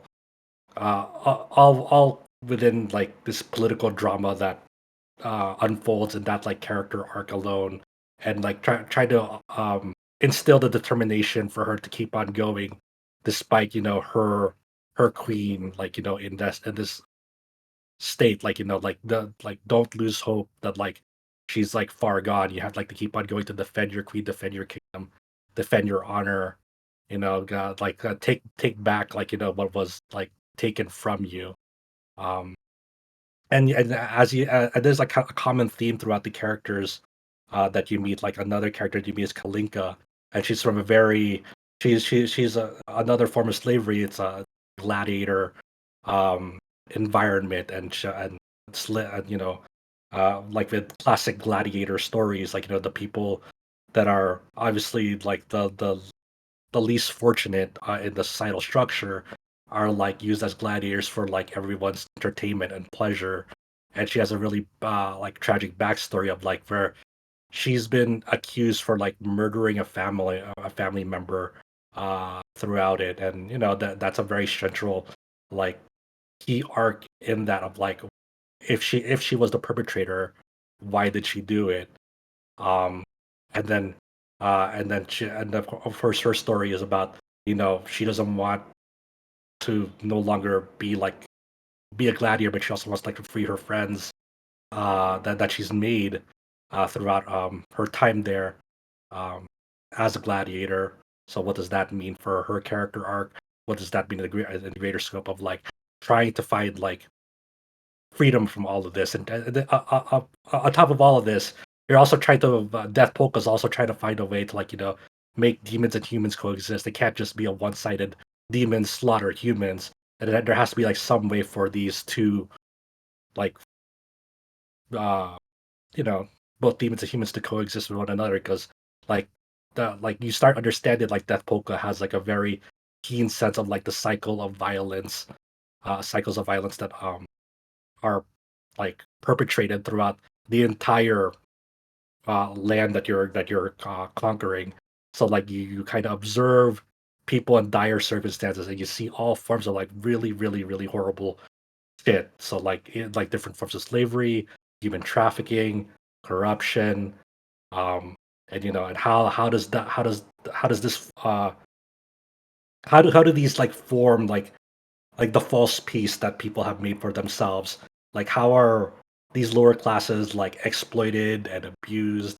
And it's like it's one of those like ongoing themes that you see like in a lot of media, and it's not something that's like obviously original, and obviously there have been other stories that delve into this, but I think Demon's Roots is like one of the most intelligent forms of like of presenting it the way that it is. It doesn't hold back on like how brutal it can get. It is if you don't use like, you know, a filter, if you don't like turn off like, you know, like the graphical scenes in it, you'll just see just how that there's a lot of like artwork and scenes and descriptions that's just like it's like very heartbreaking of like what the denizens of this world go through just to make, you know, just to have society what makes society run in this world. So and it's a game that also is like you think you know what's going on until it kind of flips its head on itself.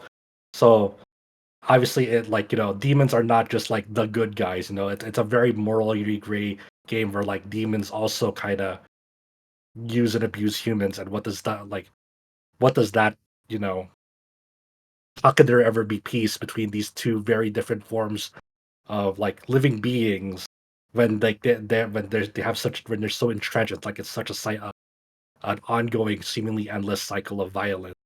And you So, know it's um, Mhm. so what you're saying, um, I'm speaking more Yeah, broadly here. yeah, Um, I feel like it's interesting when games tackle things like this. There's a phrase that is often said: "Depiction is not endorsement." right, But I do think depiction is important sometimes, especially when you're right. trying to tackle these sorts of Mhm. tough, like societal injustices or evil of various forms and whatnot. There are a lot of games where they might broadly mention, you know, concepts of racism or you know other basically societal injustices in, you know, some game world, but it's not like convincing that these are actual problems that characters are experiencing or actually exist in the world. So it kind of feels like almost like lip service, like almost like a child's fable, like racism is bad. And but Right. it Or sometimes it feels like they're just saying like, "Well, do you feel miserable yet?" Like there's no meat behind it. It's very thin. There's no balance in terms of like having some hope balanced in to make you like you don't want the game just to make you feel miserable without ever coming out yeah, the other end kind of the other or have any side sort of of meaning behind it. Go ahead. kind of the other side of like depiction is not endorsement. It's always bad like if you go too far where it almost feels like a game is indulging in like, look how terrible this Exactly. is, look how awful it Yeah. is. It's Yeah. just like, there is a balance. But I do think that depiction is important, like I said, to actually have some substance versus like lip service where a character just says, we need to work together, yeah, let's work together, or like it's not that simple. So I kind of get what you're saying in terms of like this game is brutal and has depictions, that are violent and maybe even adult rated or what have you that Yeah. that feel like appropriate to you. Yeah, So and it's also pretty interesting because you kind of see like you see some restructure like for like the consequences that you've done in liberating some of these territories from like their most immediate like problems. For example, another party member that you meet has a pretty interesting character design where like there was like human experimentation done at this academy called Rooklook. That was the name, and like the people there are kind of split in half in a sense that like they're like the top half of their bodies are separated from the lower half of their bodies via like a barrier or wall, so they kind of look like from the front only the half of their body is visible, and the back of their bodies are kind of they're elsewhere.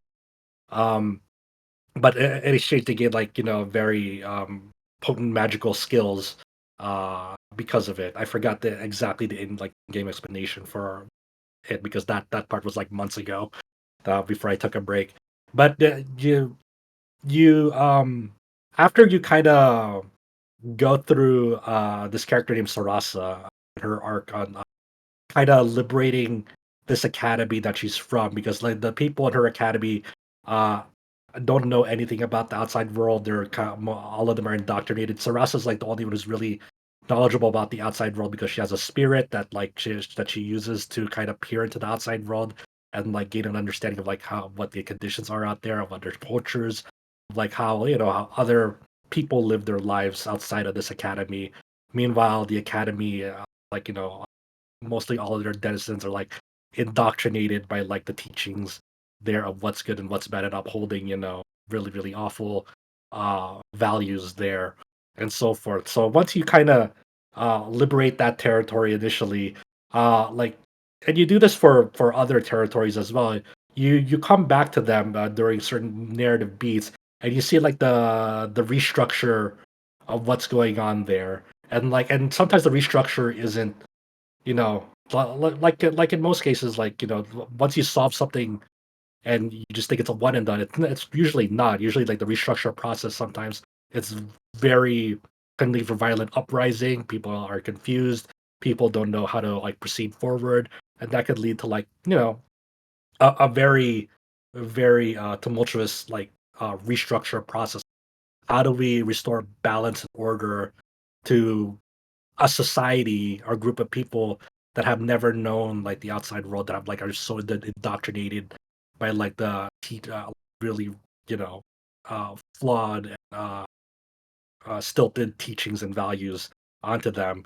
So you come back to that, you come back to this territory, and like and people, and like there's been there's uprisings left and right, and like you kind of get sort of some of the, like a parody of like the bancho kind of like punks that is depicted in Japanese media. Uh, some of them have turned into that. Some of them have like tried to like d- are trying to like uh take advantage of like of like the power vacuum that's going on there.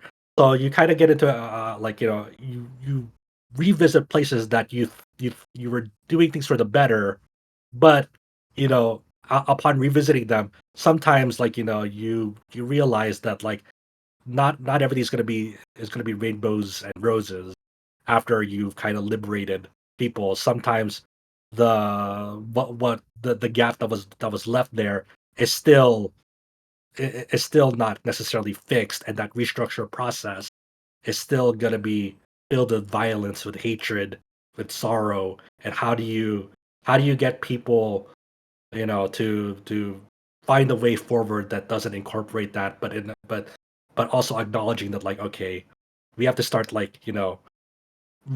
having new institutions, new education programs to kind of undo the indoctrination slowly what these people have gone through all their lives, and that's all they've ever known. And I thought There's something that's really There's interesting something that on the fringe of my brain that the way you describe that, like it's something I played recently where you think you leave a place in better hands, and then you come back and you learn that you didn't do as good as you thought you did. It's on the Mhm. fringe of my brain. I can't remember what it was. It's kind of a archetypal story beat that can be done either well or poorly. I'll try to think if it comes to mind. Yeah. I think of the Simpsons episode with It Nilsson wasn't The as Simpsons, but go ahead. Nilsson versus Bart as David and Goliath, and after he kills him, it's like, oh, we hate you. It's like the town was way better before you killed him. Yeah, I mean, yeah, that would be your Simpsons parallel if you needed one. But yes, that's not too far off from that. And that's not necessarily the entirety of the game, but that's a good chunk of what you're doing throughout the game at first, and as you develop and get more, go through more narrative beats and learn more about the backstories of some of your key characters. It's a pretty endearing and well thought out story, and I was really really surprised, but how well rounded the cast is. I really really liked the entire cast by the end of it. I was like, wow, this feels very fulfilling in the way they really fleshed out these characters that not a lot of games do these days. Fortunately, that's really impressive for the game. I gotta give it its props. It's definitely one of those games that I can't recommend to people without some caveats. You kind of know what you're going into, and I'm not saying that it's not like the gameplay is the most engaging thing ever. You kind of have your standard tank character, you have your DPS character, support characters, buffs and debuffs. It's a very standard sort of gameplay dynamic that's not really that's not its strongest part. And It seems like a Nier Automata type where it's like Nier Automata has good gameplay, but it's not something you haven't seen before. Its strength is in the way that it meshes its themes with the gameplay, with the story, touching on subjects that other games have maybe touched on, but without as much care or without as much thought. Mhm. So that's a game that kind of comes to mind the way you're describing this one. Yeah. So, like I said, I don't know how much more I can really talk about it without getting to spoilers, and also it's just gonna be one of those difficult games to describe to people, if it ever comes up again, whether it's end of the year or going forward, because I think it's a really really impressive game that's super hard to talk about without writing a crazy fucking long essay that has filled with spoilers of what it does well. Uh, you know. And not only the spoilers, but kind of like the what's it called? The Like the disclaimer. not disclaimer. That's it. I was like, Yeah, warning labels, not quite the right connotation. Just like a disclaimer, just so you know what this game is. yeah. Just so everyone's on the same page before you even discuss Yeah, it. yeah. But I don't regret having played it. I'm really glad that Mhm. I got around to playing this, and I'm not sure, but it's not one of those games. It's like, oh, you have to go play this. It's like, well, it's also a pretty lengthy RPG, and it's kind of fucked up. Okay, one of the main pet peeves I have with this game is there's an in-game timer, but it's accelerated. It goes maybe 2 to 2.5 times faster than what you would assume a normal second is. So my final in-game timer for this shows 77 hours on the game. I'm pretty sure it's more like 35 to 40 hours. I think this in-game timer has been lying to me. But Maybe it's tied to frame rate, and you're playing at above 60. that's true. Maybe it's you're not wrong. Um, so yeah, it's really something that I'm glad that I gave it a shot, and I had that context beforehand of playing King Exit, because I do think that it is a much more impactful game. Not to say that it's mandatory, but I think a lot of it's certain plot elements make a lot more sense in the bigger picture when you have played that. No, I always appreciate it when oftentimes it's Chow, but pretty occasionally it's Josh or sometimes Adam. But talking about a game that otherwise I wouldn't have been brought to my attention or been from my point of view. So always cool to kind of get these a little bit more unorthodox entries and give them a kind of a platform here to discuss and kind of just bring some attention to them. Before we go into news, we did have one small section here earmarked, and I mentioned earlier about some preview embargoes that have released. Some upcoming games that are releasing this month are Super Mario RPG, the remaster of that game, remakester. The more we talk about remaster or remakester, the less I care about the distinction. And then Persona 5 Tactica.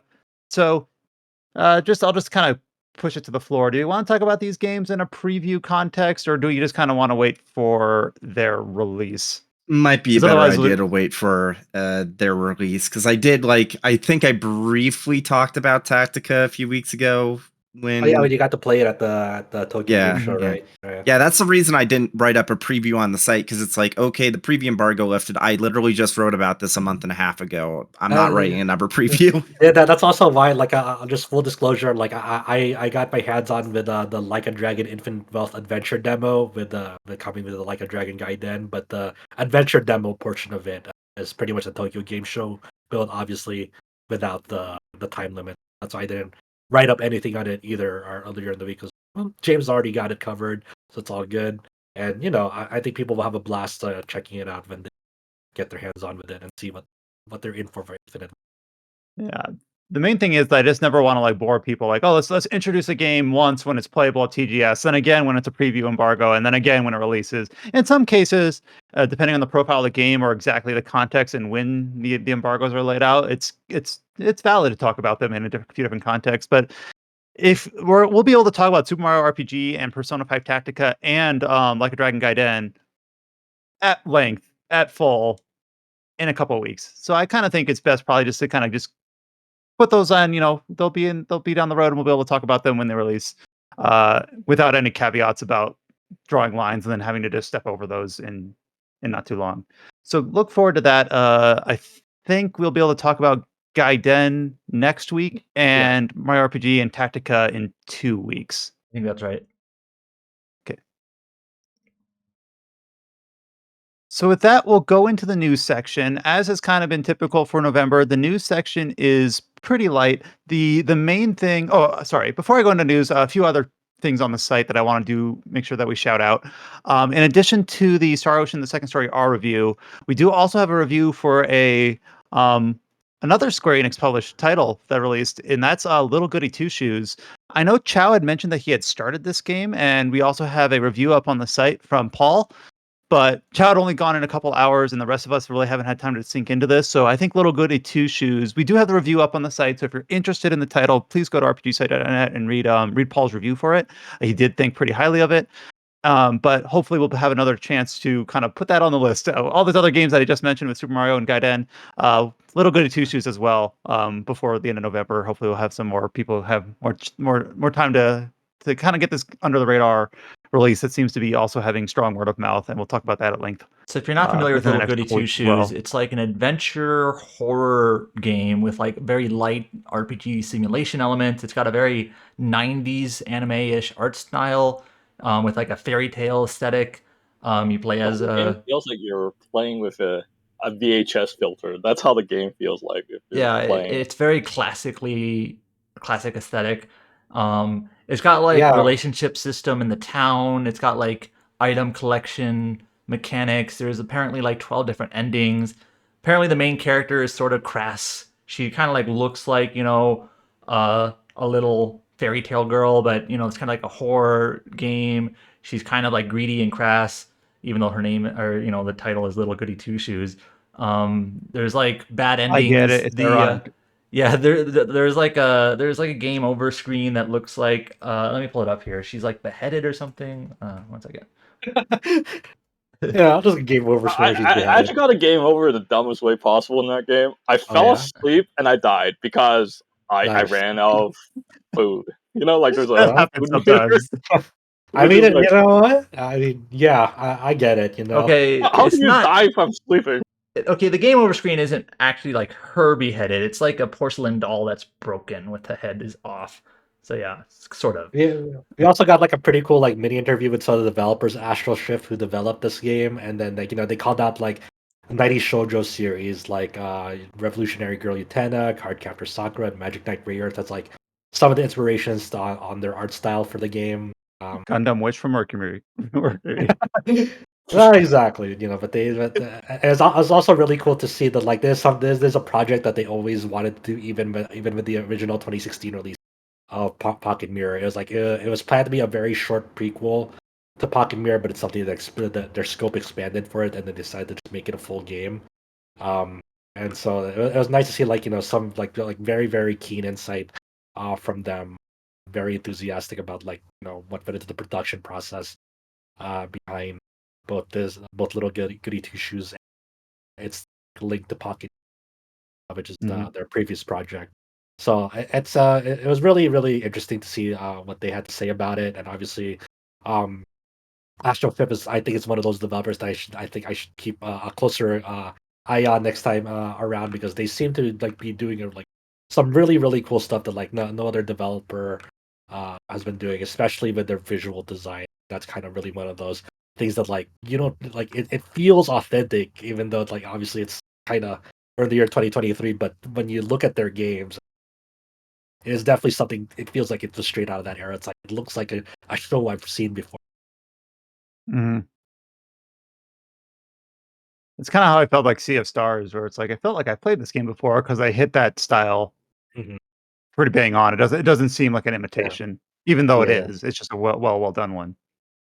Yeah, I would say Yeah, I mean, imitate, but very inspired. Like they take their inspirations on their shoulder, and they kind mhm. of like champion them and want to be like kind of the resurgence of them, the modern resurgence. But yeah, we do have the review and the interview for Little Goody Two Shoes up on the site, and hopefully we'll get a chance to talk about it more at length because I know we have more than one person interested in trying it out before the end of the year. Also on the site, we talked about it, the preview embargo release for Super Mario RPG, and Scott was able to put a little preview up on that game as well. Back to the news. The main like headline or at least event of this week, and I believe it's still going on technically, is BlizzCon. Now I'll just kind of be upfront. We cover Blizzard games at a small level here, but if you're looking for like Blizzard experts or experts on the sorts of things at BlizzCon, we're probably not your go-to, but we'll talk about it in the extent that we can. It sounds like the main kind of topical for us announcement at BlizzCon was the expected announcement of a expansion for Diablo 4, and that is Diablo 4 Vessel of Hatred. Just a teaser trailer at this point, and announced for late 2024. Adam was actually saying before we started recording the podcast that he was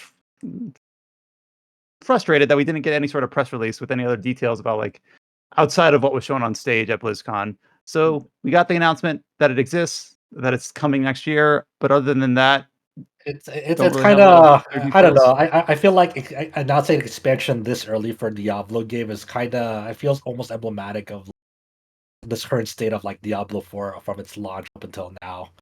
Um, Mhm. it like I while the campaign of Diablo 4 is okay, I went through it. The all the seasonal content for it has been it's not a very fun game to play, I would say, like not even to engage with. Like you go into it with the campaign, it's like it's decent for what it is, but if you want like a compelling like loot game out of it that has like that has fun builds, sadly not that game compared to like previous Diablo titles, mainly Diablo 2. It's just I don't know, and even all like the little improvements they've been making along the way to make it a better experience. It's still not to where it could be. Maybe eventually it will, but I feel like this expansion announcement it has come at very very soon after it's like the launch of Diablo 4. I think I was expecting its announcement like normally to be like next year rather than that. Yeah. I remember you were So a lot more positive about the game when it first came out until I feel like the yeah I mean I feel like I said I think the campaign is okay in it. It's decent. Not amazing, not awful. It's decent. But like the actual but usually the charm of Diablo games is like what's beyond the campaign, right? Because you want to keep Mhm. on playing it more and getting more powerful, getting better loot, and you like that rush of like finding like really good items and loot for your build. And this game, because of the way that like it's for like the way that some like affixes are for your character. Well, like I'm not gonna get too deep into it, but it feels like the available affixes are like way too spread out to like make anything like feel make it feel like you're getting anything um worth pursuing, like for like a substantial power game. Like for example, there's like affixes for like from available affixes. It's like you do more damage when an enemy is frozen. You do more damage with ice damage, and like I don't know why don't they just roll that it's like one affix, for example, because they kind of are just kind of like the same thing, but they kind of spread that out to two.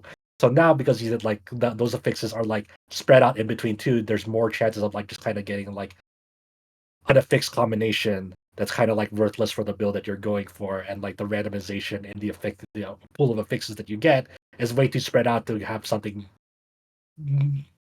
more coherent and substantial for your build.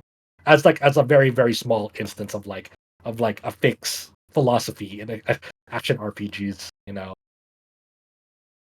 So I just did actually start Diablo IV because I didn't want it to be a black box because I wanted to at least experience, and I put a lot of time into Diablo 2 and some time in Diablo 3. So I'm kind of approaching Diablo 4 kind of. It sounds like almost be your recommended approach. Like, see the campaign. Diablo 3's story was not good in my opinion. Diablo 4's story, I'm still in Act 1, but it's enjoyable enough. I remember hearing about this that Ralph Ineson, the voice of Lorath in the game, also the voice of Sid in 16. Like, oh yeah. yeah, this guy. I like this guy because he's got a good voice. Yeah, That's the how story you the know. story yeah, the story is better than 3, which is, not a high bar at all, but it's Yeah, better. but Yeah.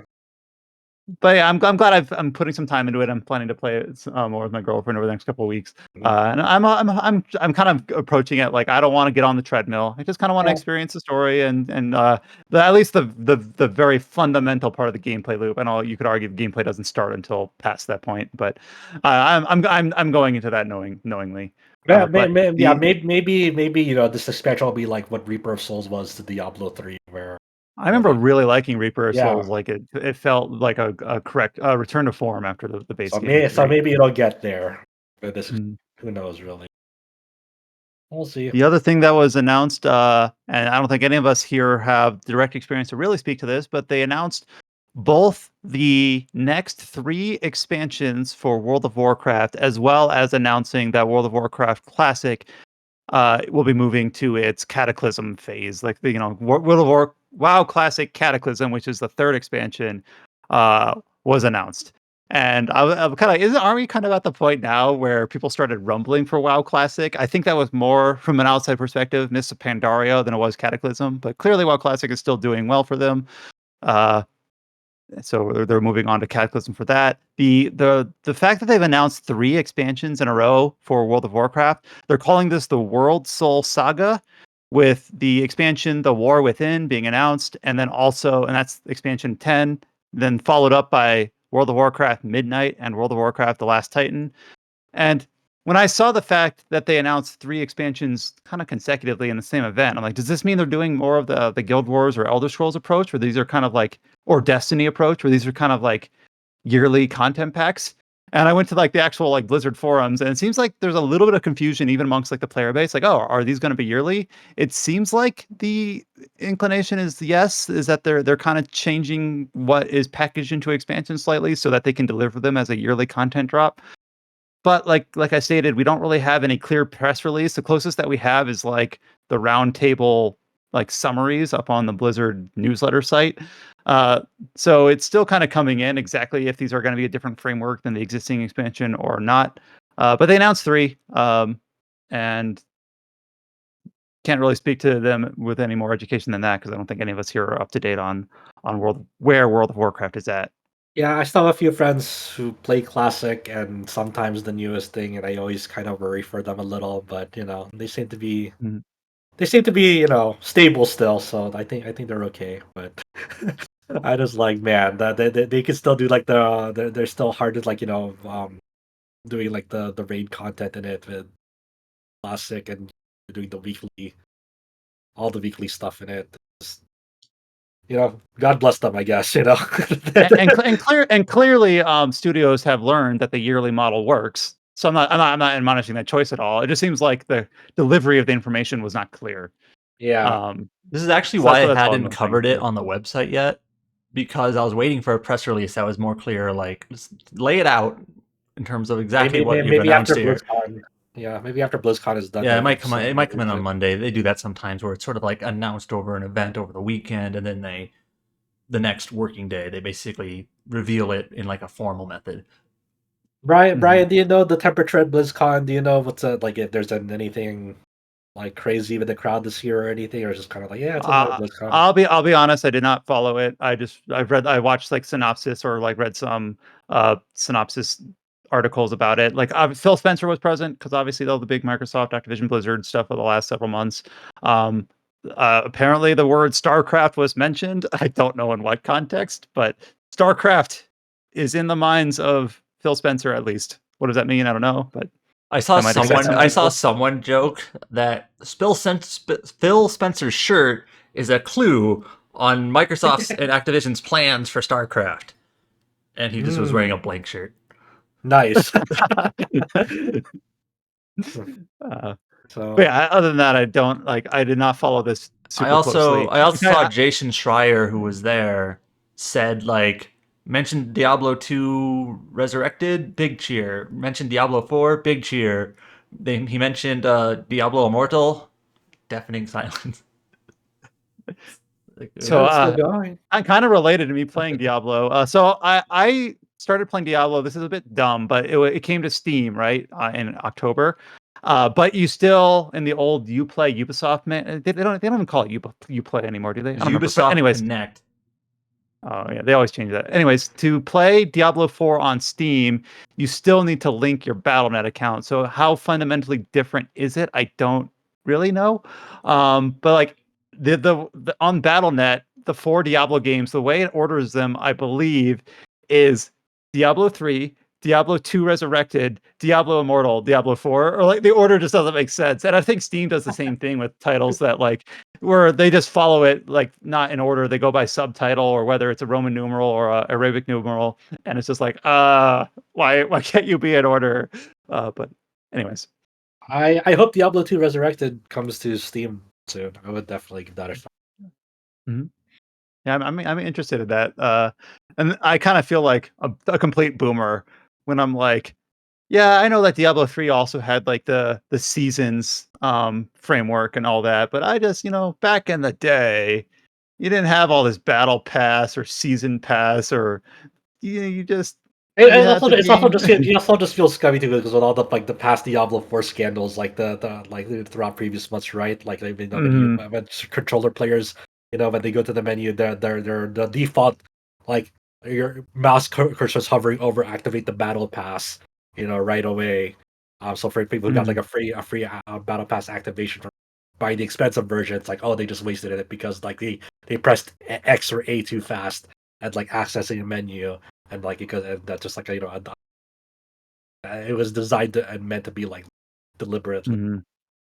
until it was called out and they got caught for it. It's like, Well, I oh, it wasn't remember meant to be like in that. in BattleNet, I don't engage with BattleNet that often, but they have tabs at the top, and one is games and one is shop. And Mm, I assumed games were existing games and shop was store. But it's mhm. not quite that. Games is you click on games and then you can do both installed games and, games you haven't purchased yet.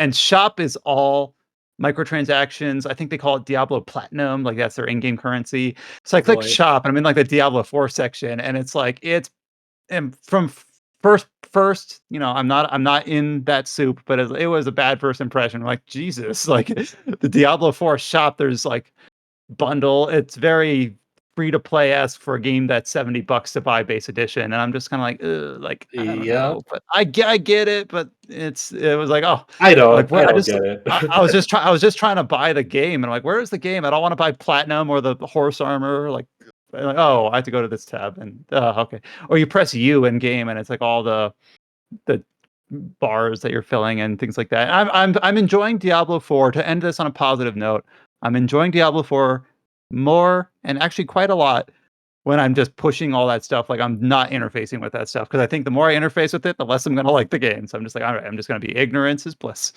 But I will look, man. I will never not shake my head when I play a $70 game and there's a microtransaction shop. I will shake my head every single time. It's like the whole point that you raise the price of games to $70. It's like, oh, it's raising cost of games. It's like, okay, then don't have microtransactions. You can't have both. Yeah. So that's kind of a very high level. I know we're not going super in depth, but a very high level of some of the headlines coming out of BlizzCon. And then, of course, once we do get some official press releases, we'll be able to actually parse, details, put them together, and get them up on the site. So look forward for that.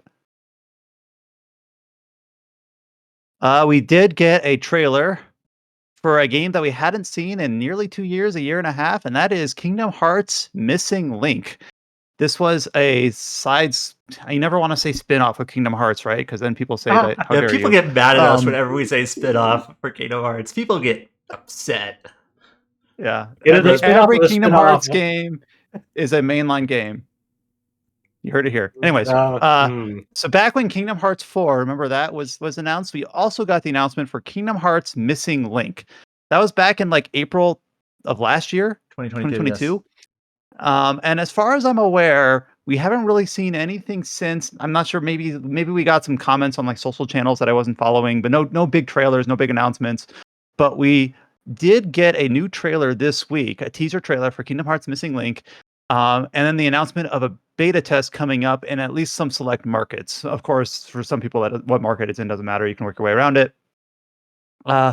So I watched this trailer as someone that's a fringe Kingdom Hearts fan. I've enjoyed most of the games. I watched this Missing Link teaser trailer, and before we recorded, I was saying, like, I don't know what emotion I'm feeling when watching this trailer. And Adam's like, apathy, and I'm like, you're not wrong. I just have a hard time like latching to anything here. Okay, so what do you think? I don't want to start this off on a sour note. What do you guys think? No. I want you to be honest with me. What was your what were you thinking at that very moment when you're watching this trailer and you saw GPS action RPG on the screen? Oh, like Monster Hunter Now, Pokemon Go. So when I first saw this trailer pop up, no, I actually that's what I'm getting to. When I first saw this trailer pop up, I knew it was a mobile game, and I was like, GPS. It says GPS action RPG. I'm like, wait, did we know it was sort of like this AR Pokemon Go like? So I actually pulled up the original trailer, and the original trailer, it's not obvious, but like it says in the original description of the game, this is from like a year and a half ago, allows players to embark on adventures from the realm of Scala ad Caelum into the real world. I might have mispronounced that location in the game, but it's like, oh, okay, so they kind of mentioned in the real world. So yeah, it was leaning towards this AR type game, but then now they're just like full on gold text GPS based action RPG. So it's that. You wanted that. I didn't. It's also like weird because it's like it even says in gold text also travel the world without stepping outside. It's like okay, how do you fucking play this game then? like I don't know. I mean, I kind of feel nothing in general because like the only what's the name of that game that like puts you on a random place like through Google Map and then you have to figure out where you are? I'm imagining that with like a Kingdom Hearts skin. Oh fuck! It's what was it? I know what you're talking about. I don't know. I forget what it's called. I wanted to say MapQuest, but it's definitely not MapQuest. that's what old people. GeoGuessr. Yes. It's not that, but that's just the way it's described. Like it could be that. That might be a better game. I'm sure Missing Link will have important story revelations in the last half So an hour. in Kingdom Hearts 4, this like pirate Sailor sailor dude. hat, whatever dude is gonna show up and like save the day, I guess. I Like- can't tell if this is like a actual character or like a stand-in for just like a player avatar. I think or it's like a both. player avatar because there's a male and female version. Mm. Yeah, I remember with that like earlier previews, they had like a create a character type of stuff they were showing off for the game. Everyone's favorite I- moment in Kingdom Hearts 3 was when like the tornado of mobile user keyblades just came up and did something. I forget what. Yep. It's. Uh. I mean, who's playing it? Who's playing Missing Link? Raise your Guys. hand. I don't live in United Kingdom or Australia. I'm not allowed. I mean, when it comes out though. Oh. Easiest I will- We'll watch the cutscenes on. Oh yeah, Yeah, we'll there watch we it. go. We'll watch it the 8-hour cutscene compilation like 5 years from we'll now. do the Discord, watch YouTube together, and then we'll record a podcast and we'll stream it. All We'll- right, I'll yeah, try to we'll do it at the same time. We'll podcast as we're watching that. You're right. Nothing against forward to that. nothing against those Kingdom Hearts like fan sites or whatnot, but like I see them mention these characters from the mobile game as if like they're known commodities, and I know they are sort of, but I'm like I still have no idea who any of these people are. I don't know, and I don't care. I'm sorry. So in Kingdom Hearts 4, one of our guides is gonna be I don't even remember the redhead girl's name who's from the mobile game. Like, who is this person? What's her name? I forget. But she's in Kingdom Hearts 4. She's from the mobile game. Sure, You know what I'm talking I about, right? believe you. I vaguely remember actually. This is why we need a guide for people like No, me. the one who woke up Sora like in the Kingdom Yeah, Hearts she's 4 like from the trailer, mobile game, but I don't remember Yeah. her name. Oh. Strelitzia. Yeah, Strelitzia. Everyone Yeah, knows her. obviously. Yeah, it was off the tip of my tongue. We're gonna be lambasted for being so Kingdom Hearts ignorant. But I was eager. I watched those cutscenes. I wanted to know, but just none of it stuck. Like I just could not actually build any Oh, okay. genuine. Were It you felt like I was rewarded? educating. Were It felt you like I was rewarded? educating myself for it because out of obligation, out of actual like there was no real actual genuine interest. It's like I should do this, but I don't actually care. Okay, did you That's kind of did where this? I'm going. You did this to prep for Kingdom Hearts 3, right? Like, Kind of, yeah. was it relevant at all? Like, did you like connect the dots like in that game after Only watching it? only when Kingdom Hearts 3 spoiler coming up. Hmm. Only when Sora died and talked to both Naminé and Strelitzia to revive himself, but at the cost of His having to own leave the power. world After like or 8 hours, something. I thought you said at the cost of 8 hours of your life. No, at the cost of him fading away at the end, because that had to happen. So Okay. yeah. So Well, at least I knew who Strelitzia was, but yeah. well, great. Anyways. Awesome. I will play Missing Link at least You will? once. Oh, Yep. wait, once. okay. That's You all, booted that's all up I'm committing once. to. Did you beat I will Ever boot it Crisis? up one. I beat Ever Crisis, and I even beat the Sephiroth edition, like the first major update. Do you know Sephiroth now? And then, yes, I know Sephiroth now. And You don't. then I don't know Sephiroth. my phone kept giving me notifications for like this. I'm like, please go away, and then I uninstalled it. So yeah. There we go. I don't want Aerith in a chocobo costume. Why? I never that's actually unlocked any that's actually great. costumes. I only got weapons, so I got like the parasol from the beach event or whatever. I rolled enough times to get Clouded Samurai costume thing, and then I was like, "This game's dumb," and uninstalled. Mm-hmm.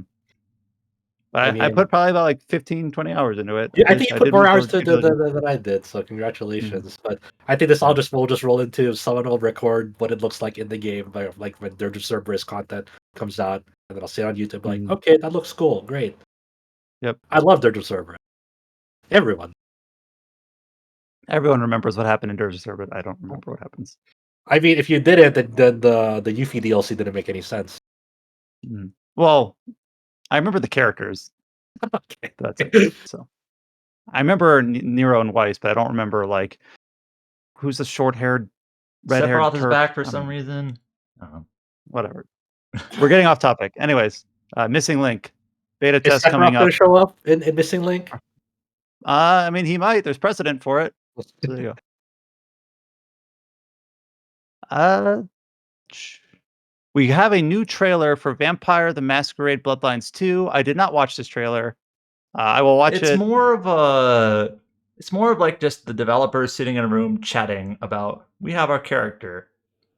Who is Oh, this I person. remember the headline out of Yeah. this. They announced that that the main protagonist will be voiced Fallout 4 style. Yes. And a lot of people have some very strong opinions on that and I don't want to polarize it because people have different opinions up and down the spectrum. Some people think, voices are not immersive. Some people think they're more immersive.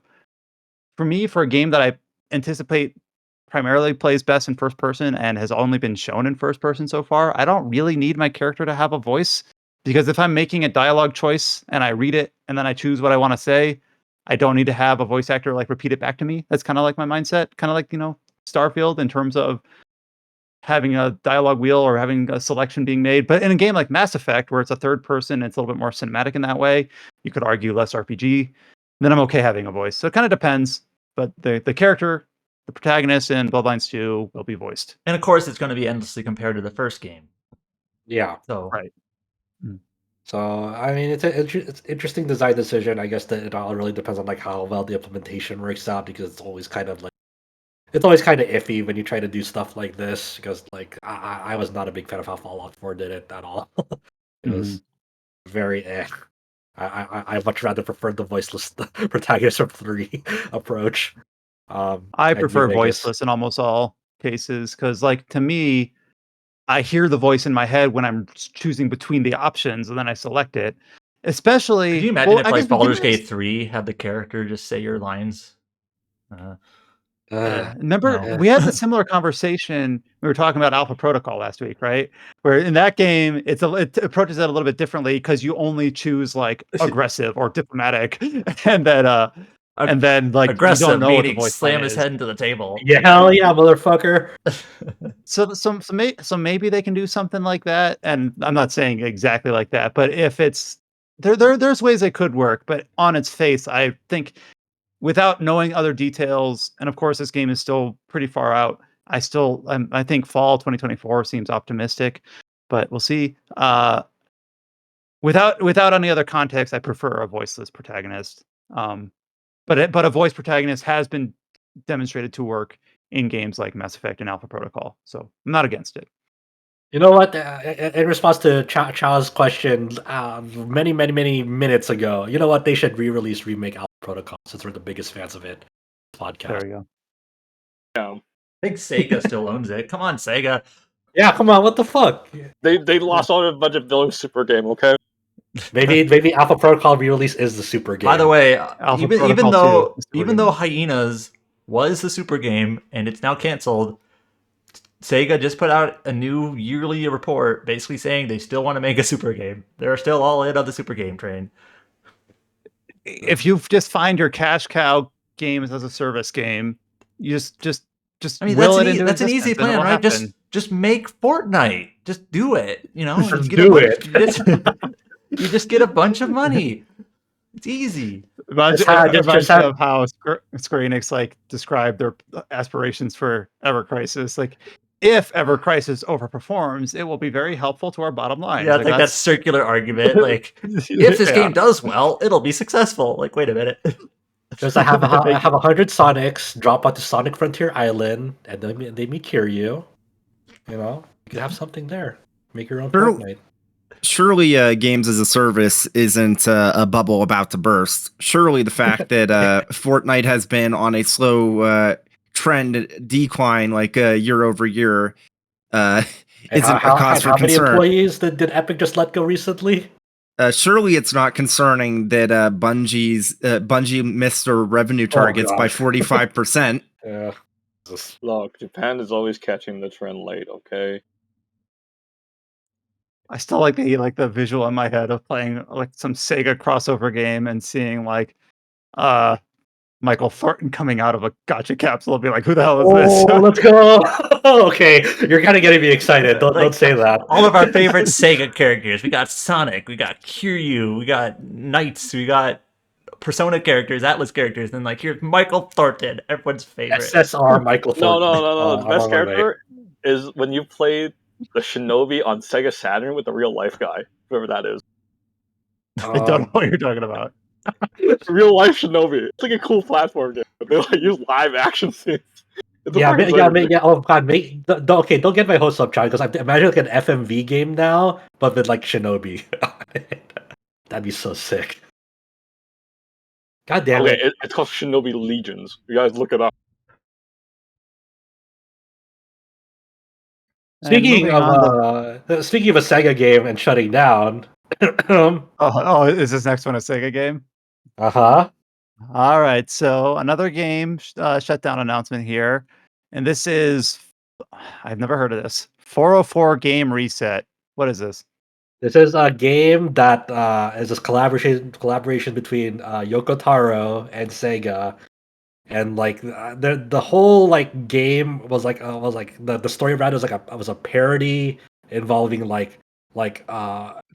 making Sega IP into anime girls. So you have like an anime girl for Virtua Fighter, an anime girl for what was that for what's that racing game, and then for Afterburner Climax, and other classic Sega IP. They'll have anime girl versions of them in this gotcha game. And it had that usual Yoko Taro kind of breaking the fourth wall storytelling on top of it. Whatever. Anyway, this 404 game reset game is getting shut down in January 2024. It barely came out in April 2023, so it's not even gonna make 1 year. Um, it's just it's kind of like the second uh, consecutive game in a week where Yoko Taro was involved in a mobile game project, and it's getting shut down. It's kind of the long and short of it. And this is kind of like a neat thing, because when you think of Yoko Taro, you think of his projects at Square Enix, but this was like a collaboration with Sega instead. And more on like the looks like- Sega side of things, in terms of like Sega's mobile games, they had Sin Chronicle 2 recently that also kind of released and flopped and shut down. Is that right? Right. Yeah. I forgot. What sort of kind of maybe an immediate response might be, well, Sega's mobiles and games aren't doing well, but the thing is their Hatsune Miku game has been doing well for a very long time. I guess they're trying to find that's a like Project Colorful Stage or something like that. But I guess they're trying to find more success in that realm, and they haven't. So for Sega Mobile, maybe that's why they bought Turns out Rovio, right? Turns out that we can get Angry Bird. Yeah, that's another in our iconic Sega crossover characters. Oh god, you're reminding me of that their financial. I don't know if they showed it, but like they had like Sonic characters and Angry Birds characters side by side. Yeah, with, that's the like, cover of their swings and integrated buttons. report that I mentioned earlier. Oh god. All of our iconic Sega characters like Michael Thornton and the Red Angry Bird. Just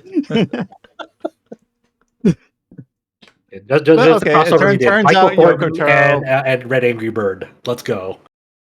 Turns out Yoko Taro plus Anime Girls is not a guaranteed victory for success.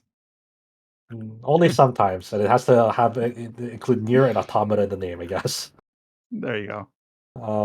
But yeah, I mean, it's kind of just the mobile market is more challenging than ever. That's kind of the long and short of it. Cynically, if you're not like being like Genshin, I guess, like if you're not chasing the Genshin trend, you kind of put yourself in hot water almost, because I think that's what everyone's trying to do now, is like chasing that 3D action RPG or 3D big budget 3D space. If you're not fitting that mesh or mold, I guess it's not. You're going against the current market trends. Is what I'm guessing. Speaking of the Genshin train, have a couple release dates in all. We're going over the slice of P thing, and the slice of P thing was interesting because not only did they announce like obviously new game updates and rebalancing the game and upcoming DLC, but like they kind of like, I don't know if they ever mentioned this, but they just kind of like subtly like said, oh yeah, they're also working on a sequel in this director's letter as well. So according to Josh, the other Josh, apparently the game itself kind of teases like a universe of this sort of grimdark fairy tale world. He mentioned Dorothy from Wizard of Oz. Yeah, Wizard of Oz. So like Lies of D is coming, I guess. Damn, I was hoping for Lies of A. I want my Alice in Wonderland. I would love it if they just named it all like the lies of and then letter. Even though Lies like the of J, check Pinocchio, it out, beanstalk. analogy doesn't work anymore. Yeah. Lies of P. What would work for or not Alice in Wonderland? Wizard of Oz. I don't know. Sword of Inferior. Okay. No, it has to be something of D and nothing Courage else. of D. Courage of. Sure. Damn, yeah. nobody got that joke. I missed it. Nope. Nope, because I want catchy names, not whatever you're churning out. I want Lies of D. That game is called Oz in Japan. It's a Konami game. But they renamed it to Swords of Inferior when they released it in Europe for some reason. Oh. Well, But yeah, you That's a basically deep play cut. a main character called Phil, and his little sister Dorothy gets kidnapped. Then you recruit like the lion, the scarecrow, like all those people to save your little sister. oh my god, you're just making me think. What if they make their own version of Stranger in Paradise, but with the Wizard of Oz party? Holy shit, that'd be fucking awesome. I'm sorry, I'm fucking losing it. Like nobody heard of the game, and now I made a fool of myself talking about it. That reminds you of like that reminds you of like Oz. Like yeah, that is Oz, but just renamed. I forgot about this game. Yes.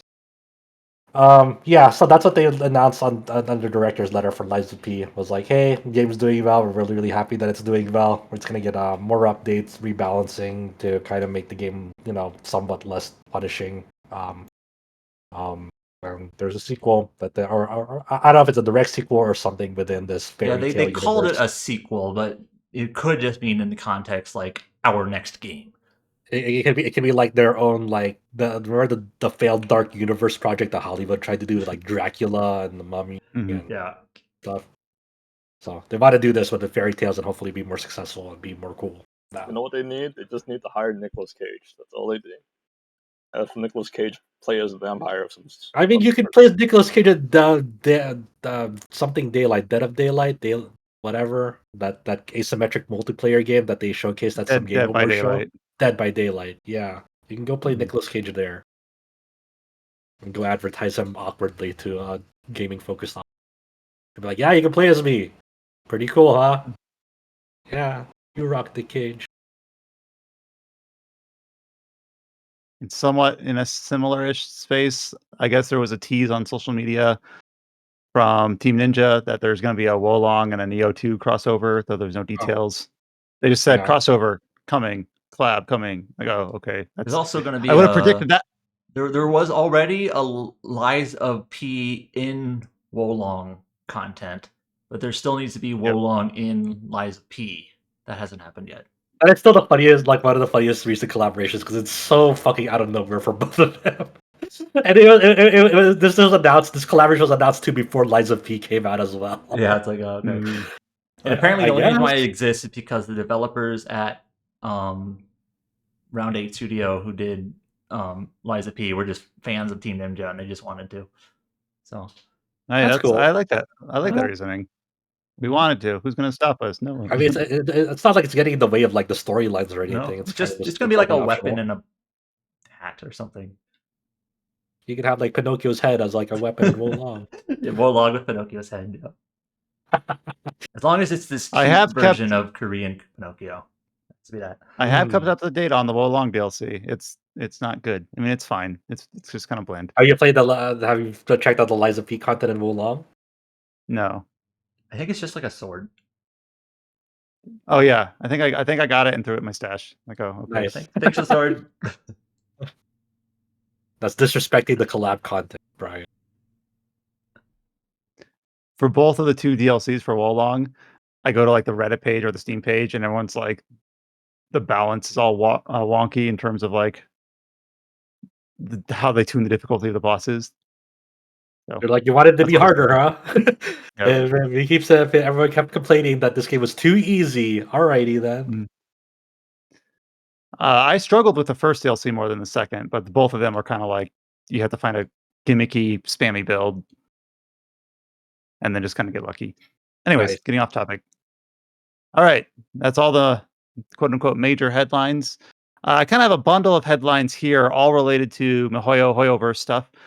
We have release dates for the next patches for both Genshin Impact and Honkai Star Rail. So, Chow, who clearly only plays one of these anymore, will have a lot to do over the next couple weeks. I'll come back for Genshin to roll for Farina. She's the 4.2 character. So And she's then like Yeah, the alright. water archon with like a top hat, right? Yes, her character's hilarious. Okay, but yeah, there was like was it she's voiced by the was it Roselia from Trails of Cold Steel or Shirley, if you got that far. Mhm. So That's her English voice. She's hilarious. but you said before we started recording, this character is like a goddess, but she's also an idiot or something like that. Yes, Okay. she's like an idiot. But anyways, She's in an like the idiot storyline, savant goddess. Okay. there's like people are suspicious. They don't think that she might be the Water Archon because she doesn't seem as powerful. People think that like her servant is the actual Water Archon because that guy seems like a god, and in gameplay wise, he's also a god, like a god. But she seems kind of like underwhelming compared to him, and everyone's like, "Is she really the Water Archon?" That's kind of like how the story's It's kind all of heading. see that's part of the act. You get people to let their guard down, right? I don't know. I mean, that's kind of a fun archetype where you have like a pair of characters. I mean, it's like Vegeta Nappa, or and there's other ones I'm sure where one character is presumed to be stronger, but the actual strong character, or even like the Alphonse and Edward Elric. Which one's the Full Metal Alchemist? Things like that. Character appeal aside, will this character actually be good in gameplay, Chow? I think the last guy already broke the game. Last guy, her servant, like Newlywed, that guy completely breaks the game. His whole meta is that when you activate his super, he basically shoots his giant laser for 10 seconds, and every time those lasers hit something, orbs will drop, and it will extend the laser for an extra 2 seconds. So how people Okay, would, like, that sounds stupidly OP. so how people kill like all the new content is basically they grab a fidget spinner with their phone and they would like start the hardest content, spin the phone with the fidget spinner so that the laser is like shooting 360 all over the place, killing everything. That sounds like a good strategy to me. Damn, that's pretty creative. Yeah, that Using- character is completely stupidly broken. Like in a new patch in Genshin, there's like these open world like bosses that had like 6 million HP.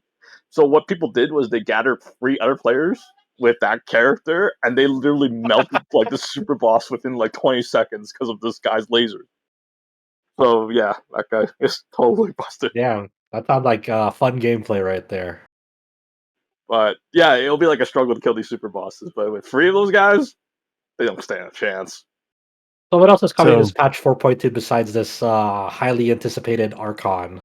I think because people wanted to find out where the story headed. Like the story ended in like this very like kind of cliffhanger thing, or it leaves you a lot of questions. Can I jump in real quick here? So this new version 4 added the region of Fontaine, right? Yes. And this is supposed to be like the finale of this main story of this region. Or at least we will find out her That's at secret, least how like- the press release phrased it. Yeah, like I didn't want to spoil for the Genshin players out there because my friend that's very into Genshin, my whale friend, he completely doesn't even want to watch this trailer at all because he doesn't want any of the story spoiled because that's how engaged they are with this main story, right? But in the Honkai story, like they don't mind watching the trailer for that because the story on that one comes out so slow. It's like everyone feels like it's being drip feed on that one. It's like every patch you get 1 hour story and you're done, and you're like, "Where's the main story?" So that's kind of like it at that moment. now I'm imagining like a giant tank in Chow's backyard, and there's like an actual like anthropomorphic whale in there. It's Chow's whale friend. So is But, there like any you- like besides story content, is there like any new activities to do this new patch that you saw? Like anything else to mention besides like new characters and I guess a little bit of story? I I'm not quite sure. I think usually they always introduce like all these mini games that they show. Okay. But like I don't really care about the mini games. I'm here for the story. Yeah, you're here for the story. You're here for for the character. Who is Got it. Charlotte? She's this girl that they show in like the original 4.0 trailer. Okay, so I was looking at it. Apparently, she's also now playable. So, yeah. Yeah, they show her at the beginning. I don't think she's like really like the main focus. It's just like She's some not a cool she's not a character. dumb goddess. She's just a girl. Okay. Yeah, she's just some girl that introduced you to the region. Got it. All And that's right. coming out November 8th. And then you get to boot up the other game, and Honkai Star Rail is having its next major update, 1.5, come out the week after on November 15th, and it adds 3 characters, Huyo, Hoyo, Hanya, and Argenti. Yeah, I'm probably Argenti is for murdering those. Sorry. Argenti. You just kind of like heard of this guy when you played the new like mode, like called the Swarm Disaster, like that simulated universe that's been on steroids. Like you will find like these what is it, like these cards, or I don't know, they're called events, but they're basically you find this thing called the Knights of Beauty, and every time you find that card, it's like, oh my god, the Knights of Beauty basically saves your ass to give you like all these blessings, all these buffs, and that's kind of like where you hear of this guy. And I guess the way that they present this guy, like you don't know anything about him yet, but I guess he looks like from Saint Seiya, the Pisces. If you ever like watched Saint Seiya, are you familiar with Saint Seiya? I'm not. I've seen I've images seen of art it, of but the I haven't. characters, but I don't know which character Yeah. is which.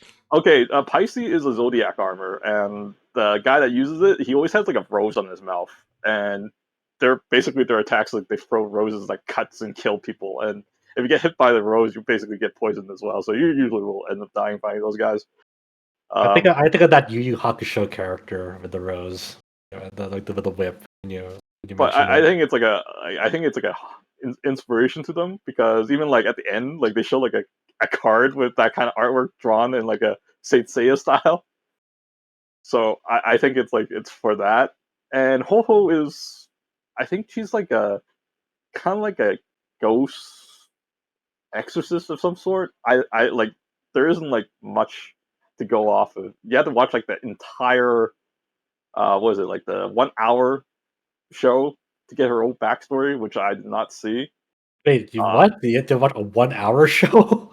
yeah, because that's where you get the backstory. If you don't want to So, deal with you're that, saying you have to watch a 1-hour backstory to prepare for a 1 no, hour no, patch. because every time when you watch those kind of like those shows, like the was it Oh, the live stream events? the live stream events, like the characters will come in and they'll tell you every backstory about this character and introduce them because currently in the current story you haven't meet these characters yet, so you kind of know nothing about them. Oh, okay, got it. So, So all the you most of the new info is like if you watch the live stream of it.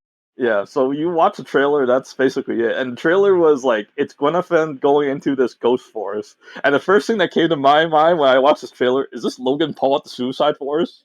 Ugh. It's like, that's kind of like my impression. I know that's a terrible way of putting it, but that's kind of like how I feel watching the trailer because she's in a ghost forest being scared shitless or something like that. That's the 1.5 uh, Honkai trailer.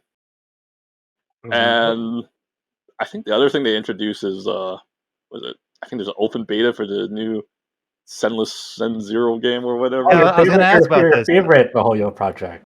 Oh, I have no interest in this game. It looks like I'm just playing Genshin Combat as a non-stop game, and that's it, with no exploration in a modern setting. I have zero interest in this game whatsoever. How much you want to bet that a year from now we'll get regular updates from Chow from Zenless Zone I Zero? mean, it's gonna be inevitable, right? In a year from now, we have to do instead of 2 Mihoyo games, or what we have to do what we're doing now is 3 updates. So I'll let other Josh cover that game. He seems so, quite interested in it. and then soon enough, like 5 years from now, we'll have like another 2 Mihoyo games. So we have to do 5 updates for each Mihoyo game because they're all RPGs. They're taking up our And then podcast time. and then we'll spin off on another website just to specialize in it. And Mihoyo site or Hoyoverse site, got and it. Okay. Chow will be the editor in chief. Congrats, It'll be a good Shao. time. Yeah, big promotion. Yeah, so Mihoyo resurfaced Relentless Zone Zero. It's their urban fantasy action RPG. It's already had a closed beta before, but now they're running another closed beta called the Equalizing Test. It'll be for PC and mobile. They didn't announce exactly when they're going to hold this next beta test for it. I remember people being lukewarm on the first beta test for this game. Like, yeah, there's something to it. We don't know exactly how the full product will shape up. So they're hoping this time around. I assume they're gonna address the feedback that they got from that first beta test and make improvements and see what feedback they get in this new beta test. There was a new trailer. I assume they showed off. I don't remember all the characters they've shown off. I assume they've showed off a mix of past characters and new characters, and that's kind When I think of Zenless Zone Zero, I still think of that initial announcement trailer. That it's just like the camera swinging around all the characters as they do their abilities like over and over. And I actually got like a little bit like motion sick just with how much movement was in that trailer. It's very stylish and well animated, but it's a lot of movement.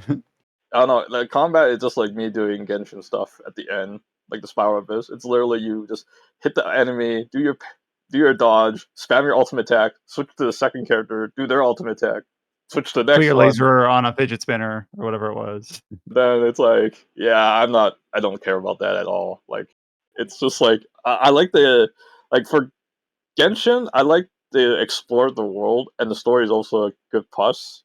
But the combat, it's good. I definitely prefer it over Breath of the Wild, but I don't really care for it.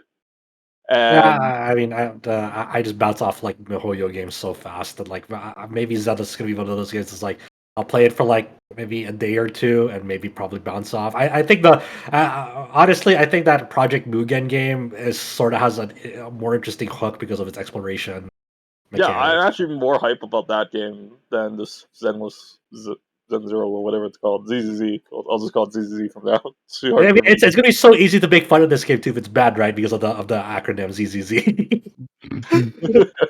So I'm I falling mean. asleep, guys. So it's kind of like how the die game, the Dragon Quest die game, the Infinity Strash, how its name is set up to People come come up from with the people. best names if they hate it, the product. Yeah. Okay. So I mean, look, we're not saying that like it's gonna be bad, but sometimes there are just some names that What it's did so what did hard not Adam to make call fun it? of them. Normative determinism, something like that. There you go. Full circle. So I mean, if you're interested in signing up for the new closed beta for Zenless Zone Zero, it's up. You probably already signed up. There's a superstore in our place. I always call it the stupid store. It's the best name to call a shop that you hate. Well, There you go. yeah. The rest of the headlines here are upcoming release dates for new DLCs and new titles coming out in 2024. I believe these are in chronological order. We have Remnant 2, which we talked about at length earlier in the year. It's getting its DLC, The Awakened King, in just a couple weeks, or basically a little over 1 week. Launching on November 14th. Yeah, this is the first of three content updates coming to the game. It'll be priced at $10, though you can buy like all three for like a discount at like $5. You get like a discount. This will be this will concern like the One True King storyline. That's one of like the main story events that you can embark on in that game.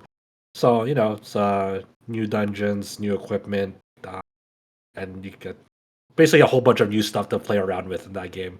So I might actually hop back in with friends and check this out because we all enjoyed our time with Remnant too, but it's kind of one of those games like once you've exhausted all the content, that there's not much reason to go back. So if there's new content, I'm gonna go back. Was it I'll be you that back in. reviewed it, or was it James that reviewed it? I reviewed it. I liked it. It was great.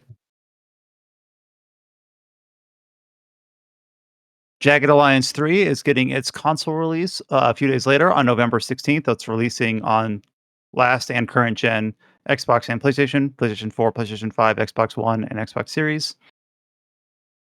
Yep, they showed off, how the game, there's a turn-based tactics game, strategy game, so they give a pretty detailed breakdown of how the game plays on both PlayStation and Xbox controllers, which is kind of nice for people who are just wondering, like, hey, how do I play this with a controller? So it was nice of them to do that. They also clarified that like the multiplayer function is not cross-play between systems, it's cross-gen between the same economy, so PlayStation players can play together and Xbox players can play together, but not in between PlayStation and Xbox. So that's kind of the norm these days. So for people who are holding off for on Jagged Alliance 3, check it out. Adam enjoyed his time with it when he reviewed it earlier this year. And we're getting another console port for a PC game that released earlier this year. Xuan Yuan Sword. Mist Beyond the Mountains, which released on PC this summer, is releasing on Nintendo Switch on December 8th. We have another Switch port. Kuro no Kaseki is getting a Falcom developed Switch port that is releasing on February 15th next year. This one was mildly interesting. We knew it was coming because when NIS America announced the localization, they announced a Switch version, which was new at the time. So it's like, okay, here's when the Switch version is releasing in Japan, and then we'll get the localized version for PC, PlayStation, and Switch later in the year.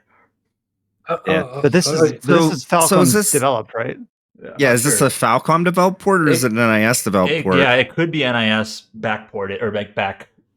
Or it could be because they've done that before. I mean, not just with like, not just even with like,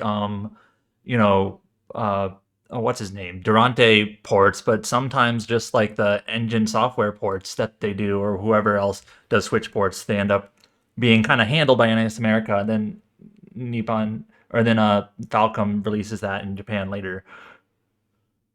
We don't know for sure. I'm trying to find some information through the web page for it. It doesn't say anything. I'm looking for the whatever, just one of those releases that people will figure it out when it launches and they get it, I guess. Yeah. But that is an interesting question. Like, wow, exactly who is behind this port? Because NIS America has done some of their own Switch ports. They've had Durante do a couple. Engine Software's done a couple. And they've probably other porting houses that I don't know the name of, but it's kind of a grab bag of who actually does it. Plus, Falcom themselves have done a few, of course. So yeah, I mean they've obviously like done a very capable Switch port of East 10, so it's very possible that this new port is also them. Which to me would make sense. Like I was saying back like around this time last year that I expected them to port Kuro 1 and 2 to Switch eventually because they're going to want Kuro 3 to be on Switch. And I feel like this is just like the obvious next step. And they even said that they're going to release like a bunch of new Switch games. I think they said they're going to have like 3 in a year or something. And that ended up being like Oath and Felghana, Tokyo Xanadu, and whatever else. East 10, yeah. Plus Boundless Trails, whatever that was called in Japan. That was a few years ago. Ad Astra, is that what it was? Something? Yeah. So, there's actually some screenshots on Falcom's store page for the Switch version. Oh, okay. Very clearly actually Switch screenshots. It looks worse than the PS4 version, but still perfectly good. So that's neat. And of course, the Western release, if you don't remember, was announced. Oh, wait a second. This is interesting. You know, you guys know that like theory that's been going around about the Switch 2 and like colored buttons? Yeah. No, actually. These screenshots have colored buttons. Wait, what? Yeah, no, they do. Like I'll share it in the chat while we're talking. Yeah, this definitely plays on an audio podcast for sure. Yeah. Okay, yeah, so as far as I'm aware, the rumor is that some sort of new version of the Switch has colored face buttons compared to the old version of the Switch, which doesn't, and it shows up in like screens sometimes. So okay, like this has a red A button and a yellow B button and a green. That doesn't match Xbox colors, does it? No, because on Xbox A is green and B is red. The rumor is that it's going to match up with the Super Famicom buttons, and yeah, that would work out. I'm looking at my new 3DS, which has the same color like buttons. A is red, B is yellow, Y is green, which matches up. Okay, so I wasn't gonna say anything about it, but like one of my theories is that perhaps Falcom might try and have Kuro 4 be like a launch on the Switch 2. And if these colored buttons are a thing on this like Kuro 1 Switch port, that might actually be some sort of, I wouldn't say evidence, but something to suggest that maybe my thought process isn't completely out there. And just to reiterate, those colors on the screenshot that we're looking at right now, that all of our listeners cannot see, they're not Xbox colors. The Xbox is different. It's the same letters, but Xbox is different colors. Yeah.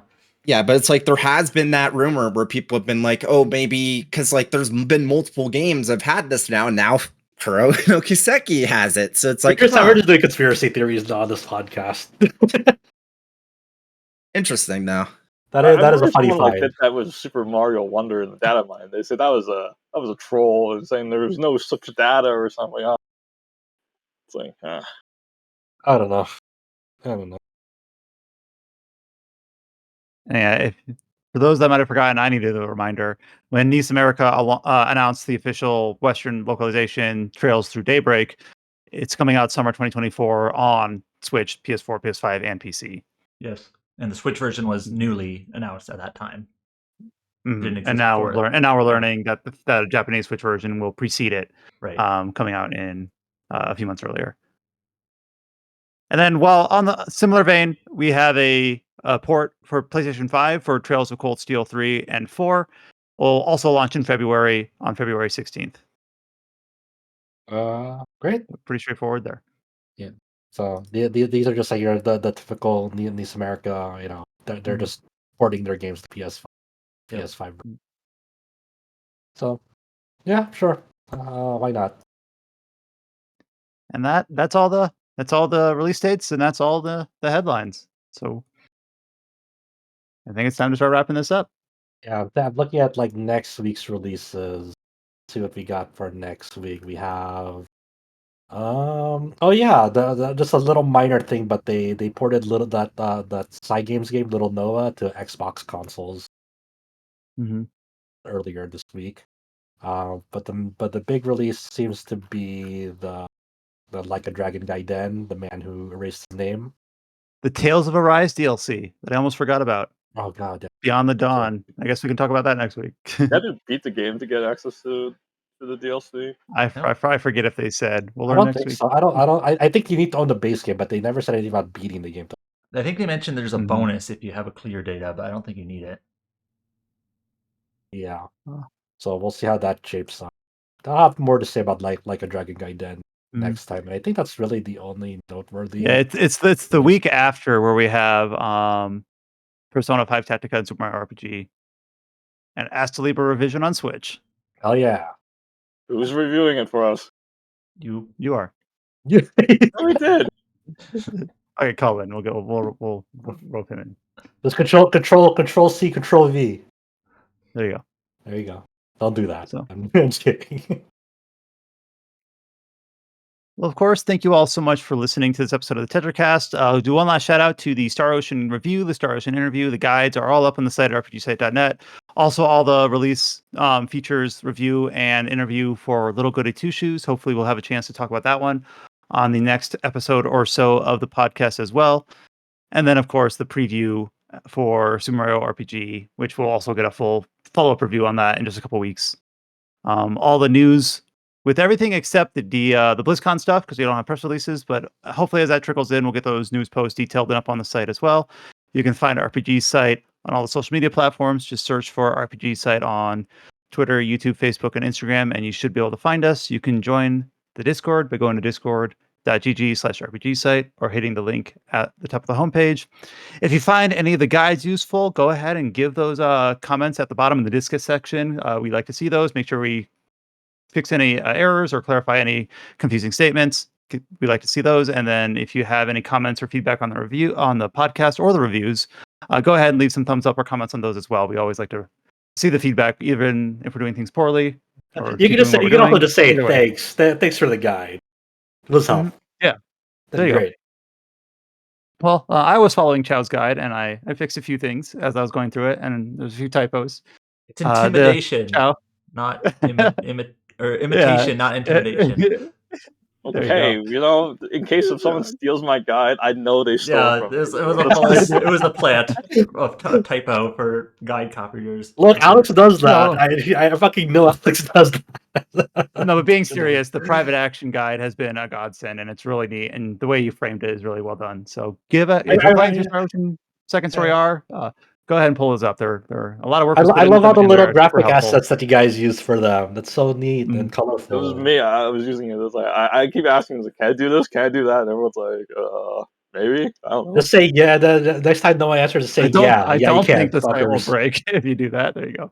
I mean, if it breaks, we'll just go, Mike, I did a bad. But yeah, we'll be back next week with another episode of the Tetracast. Thank you all so much for listening. Until you hear from us next time, stay safe and take care. And we'll talk to y'all later. We love Michael Thornton.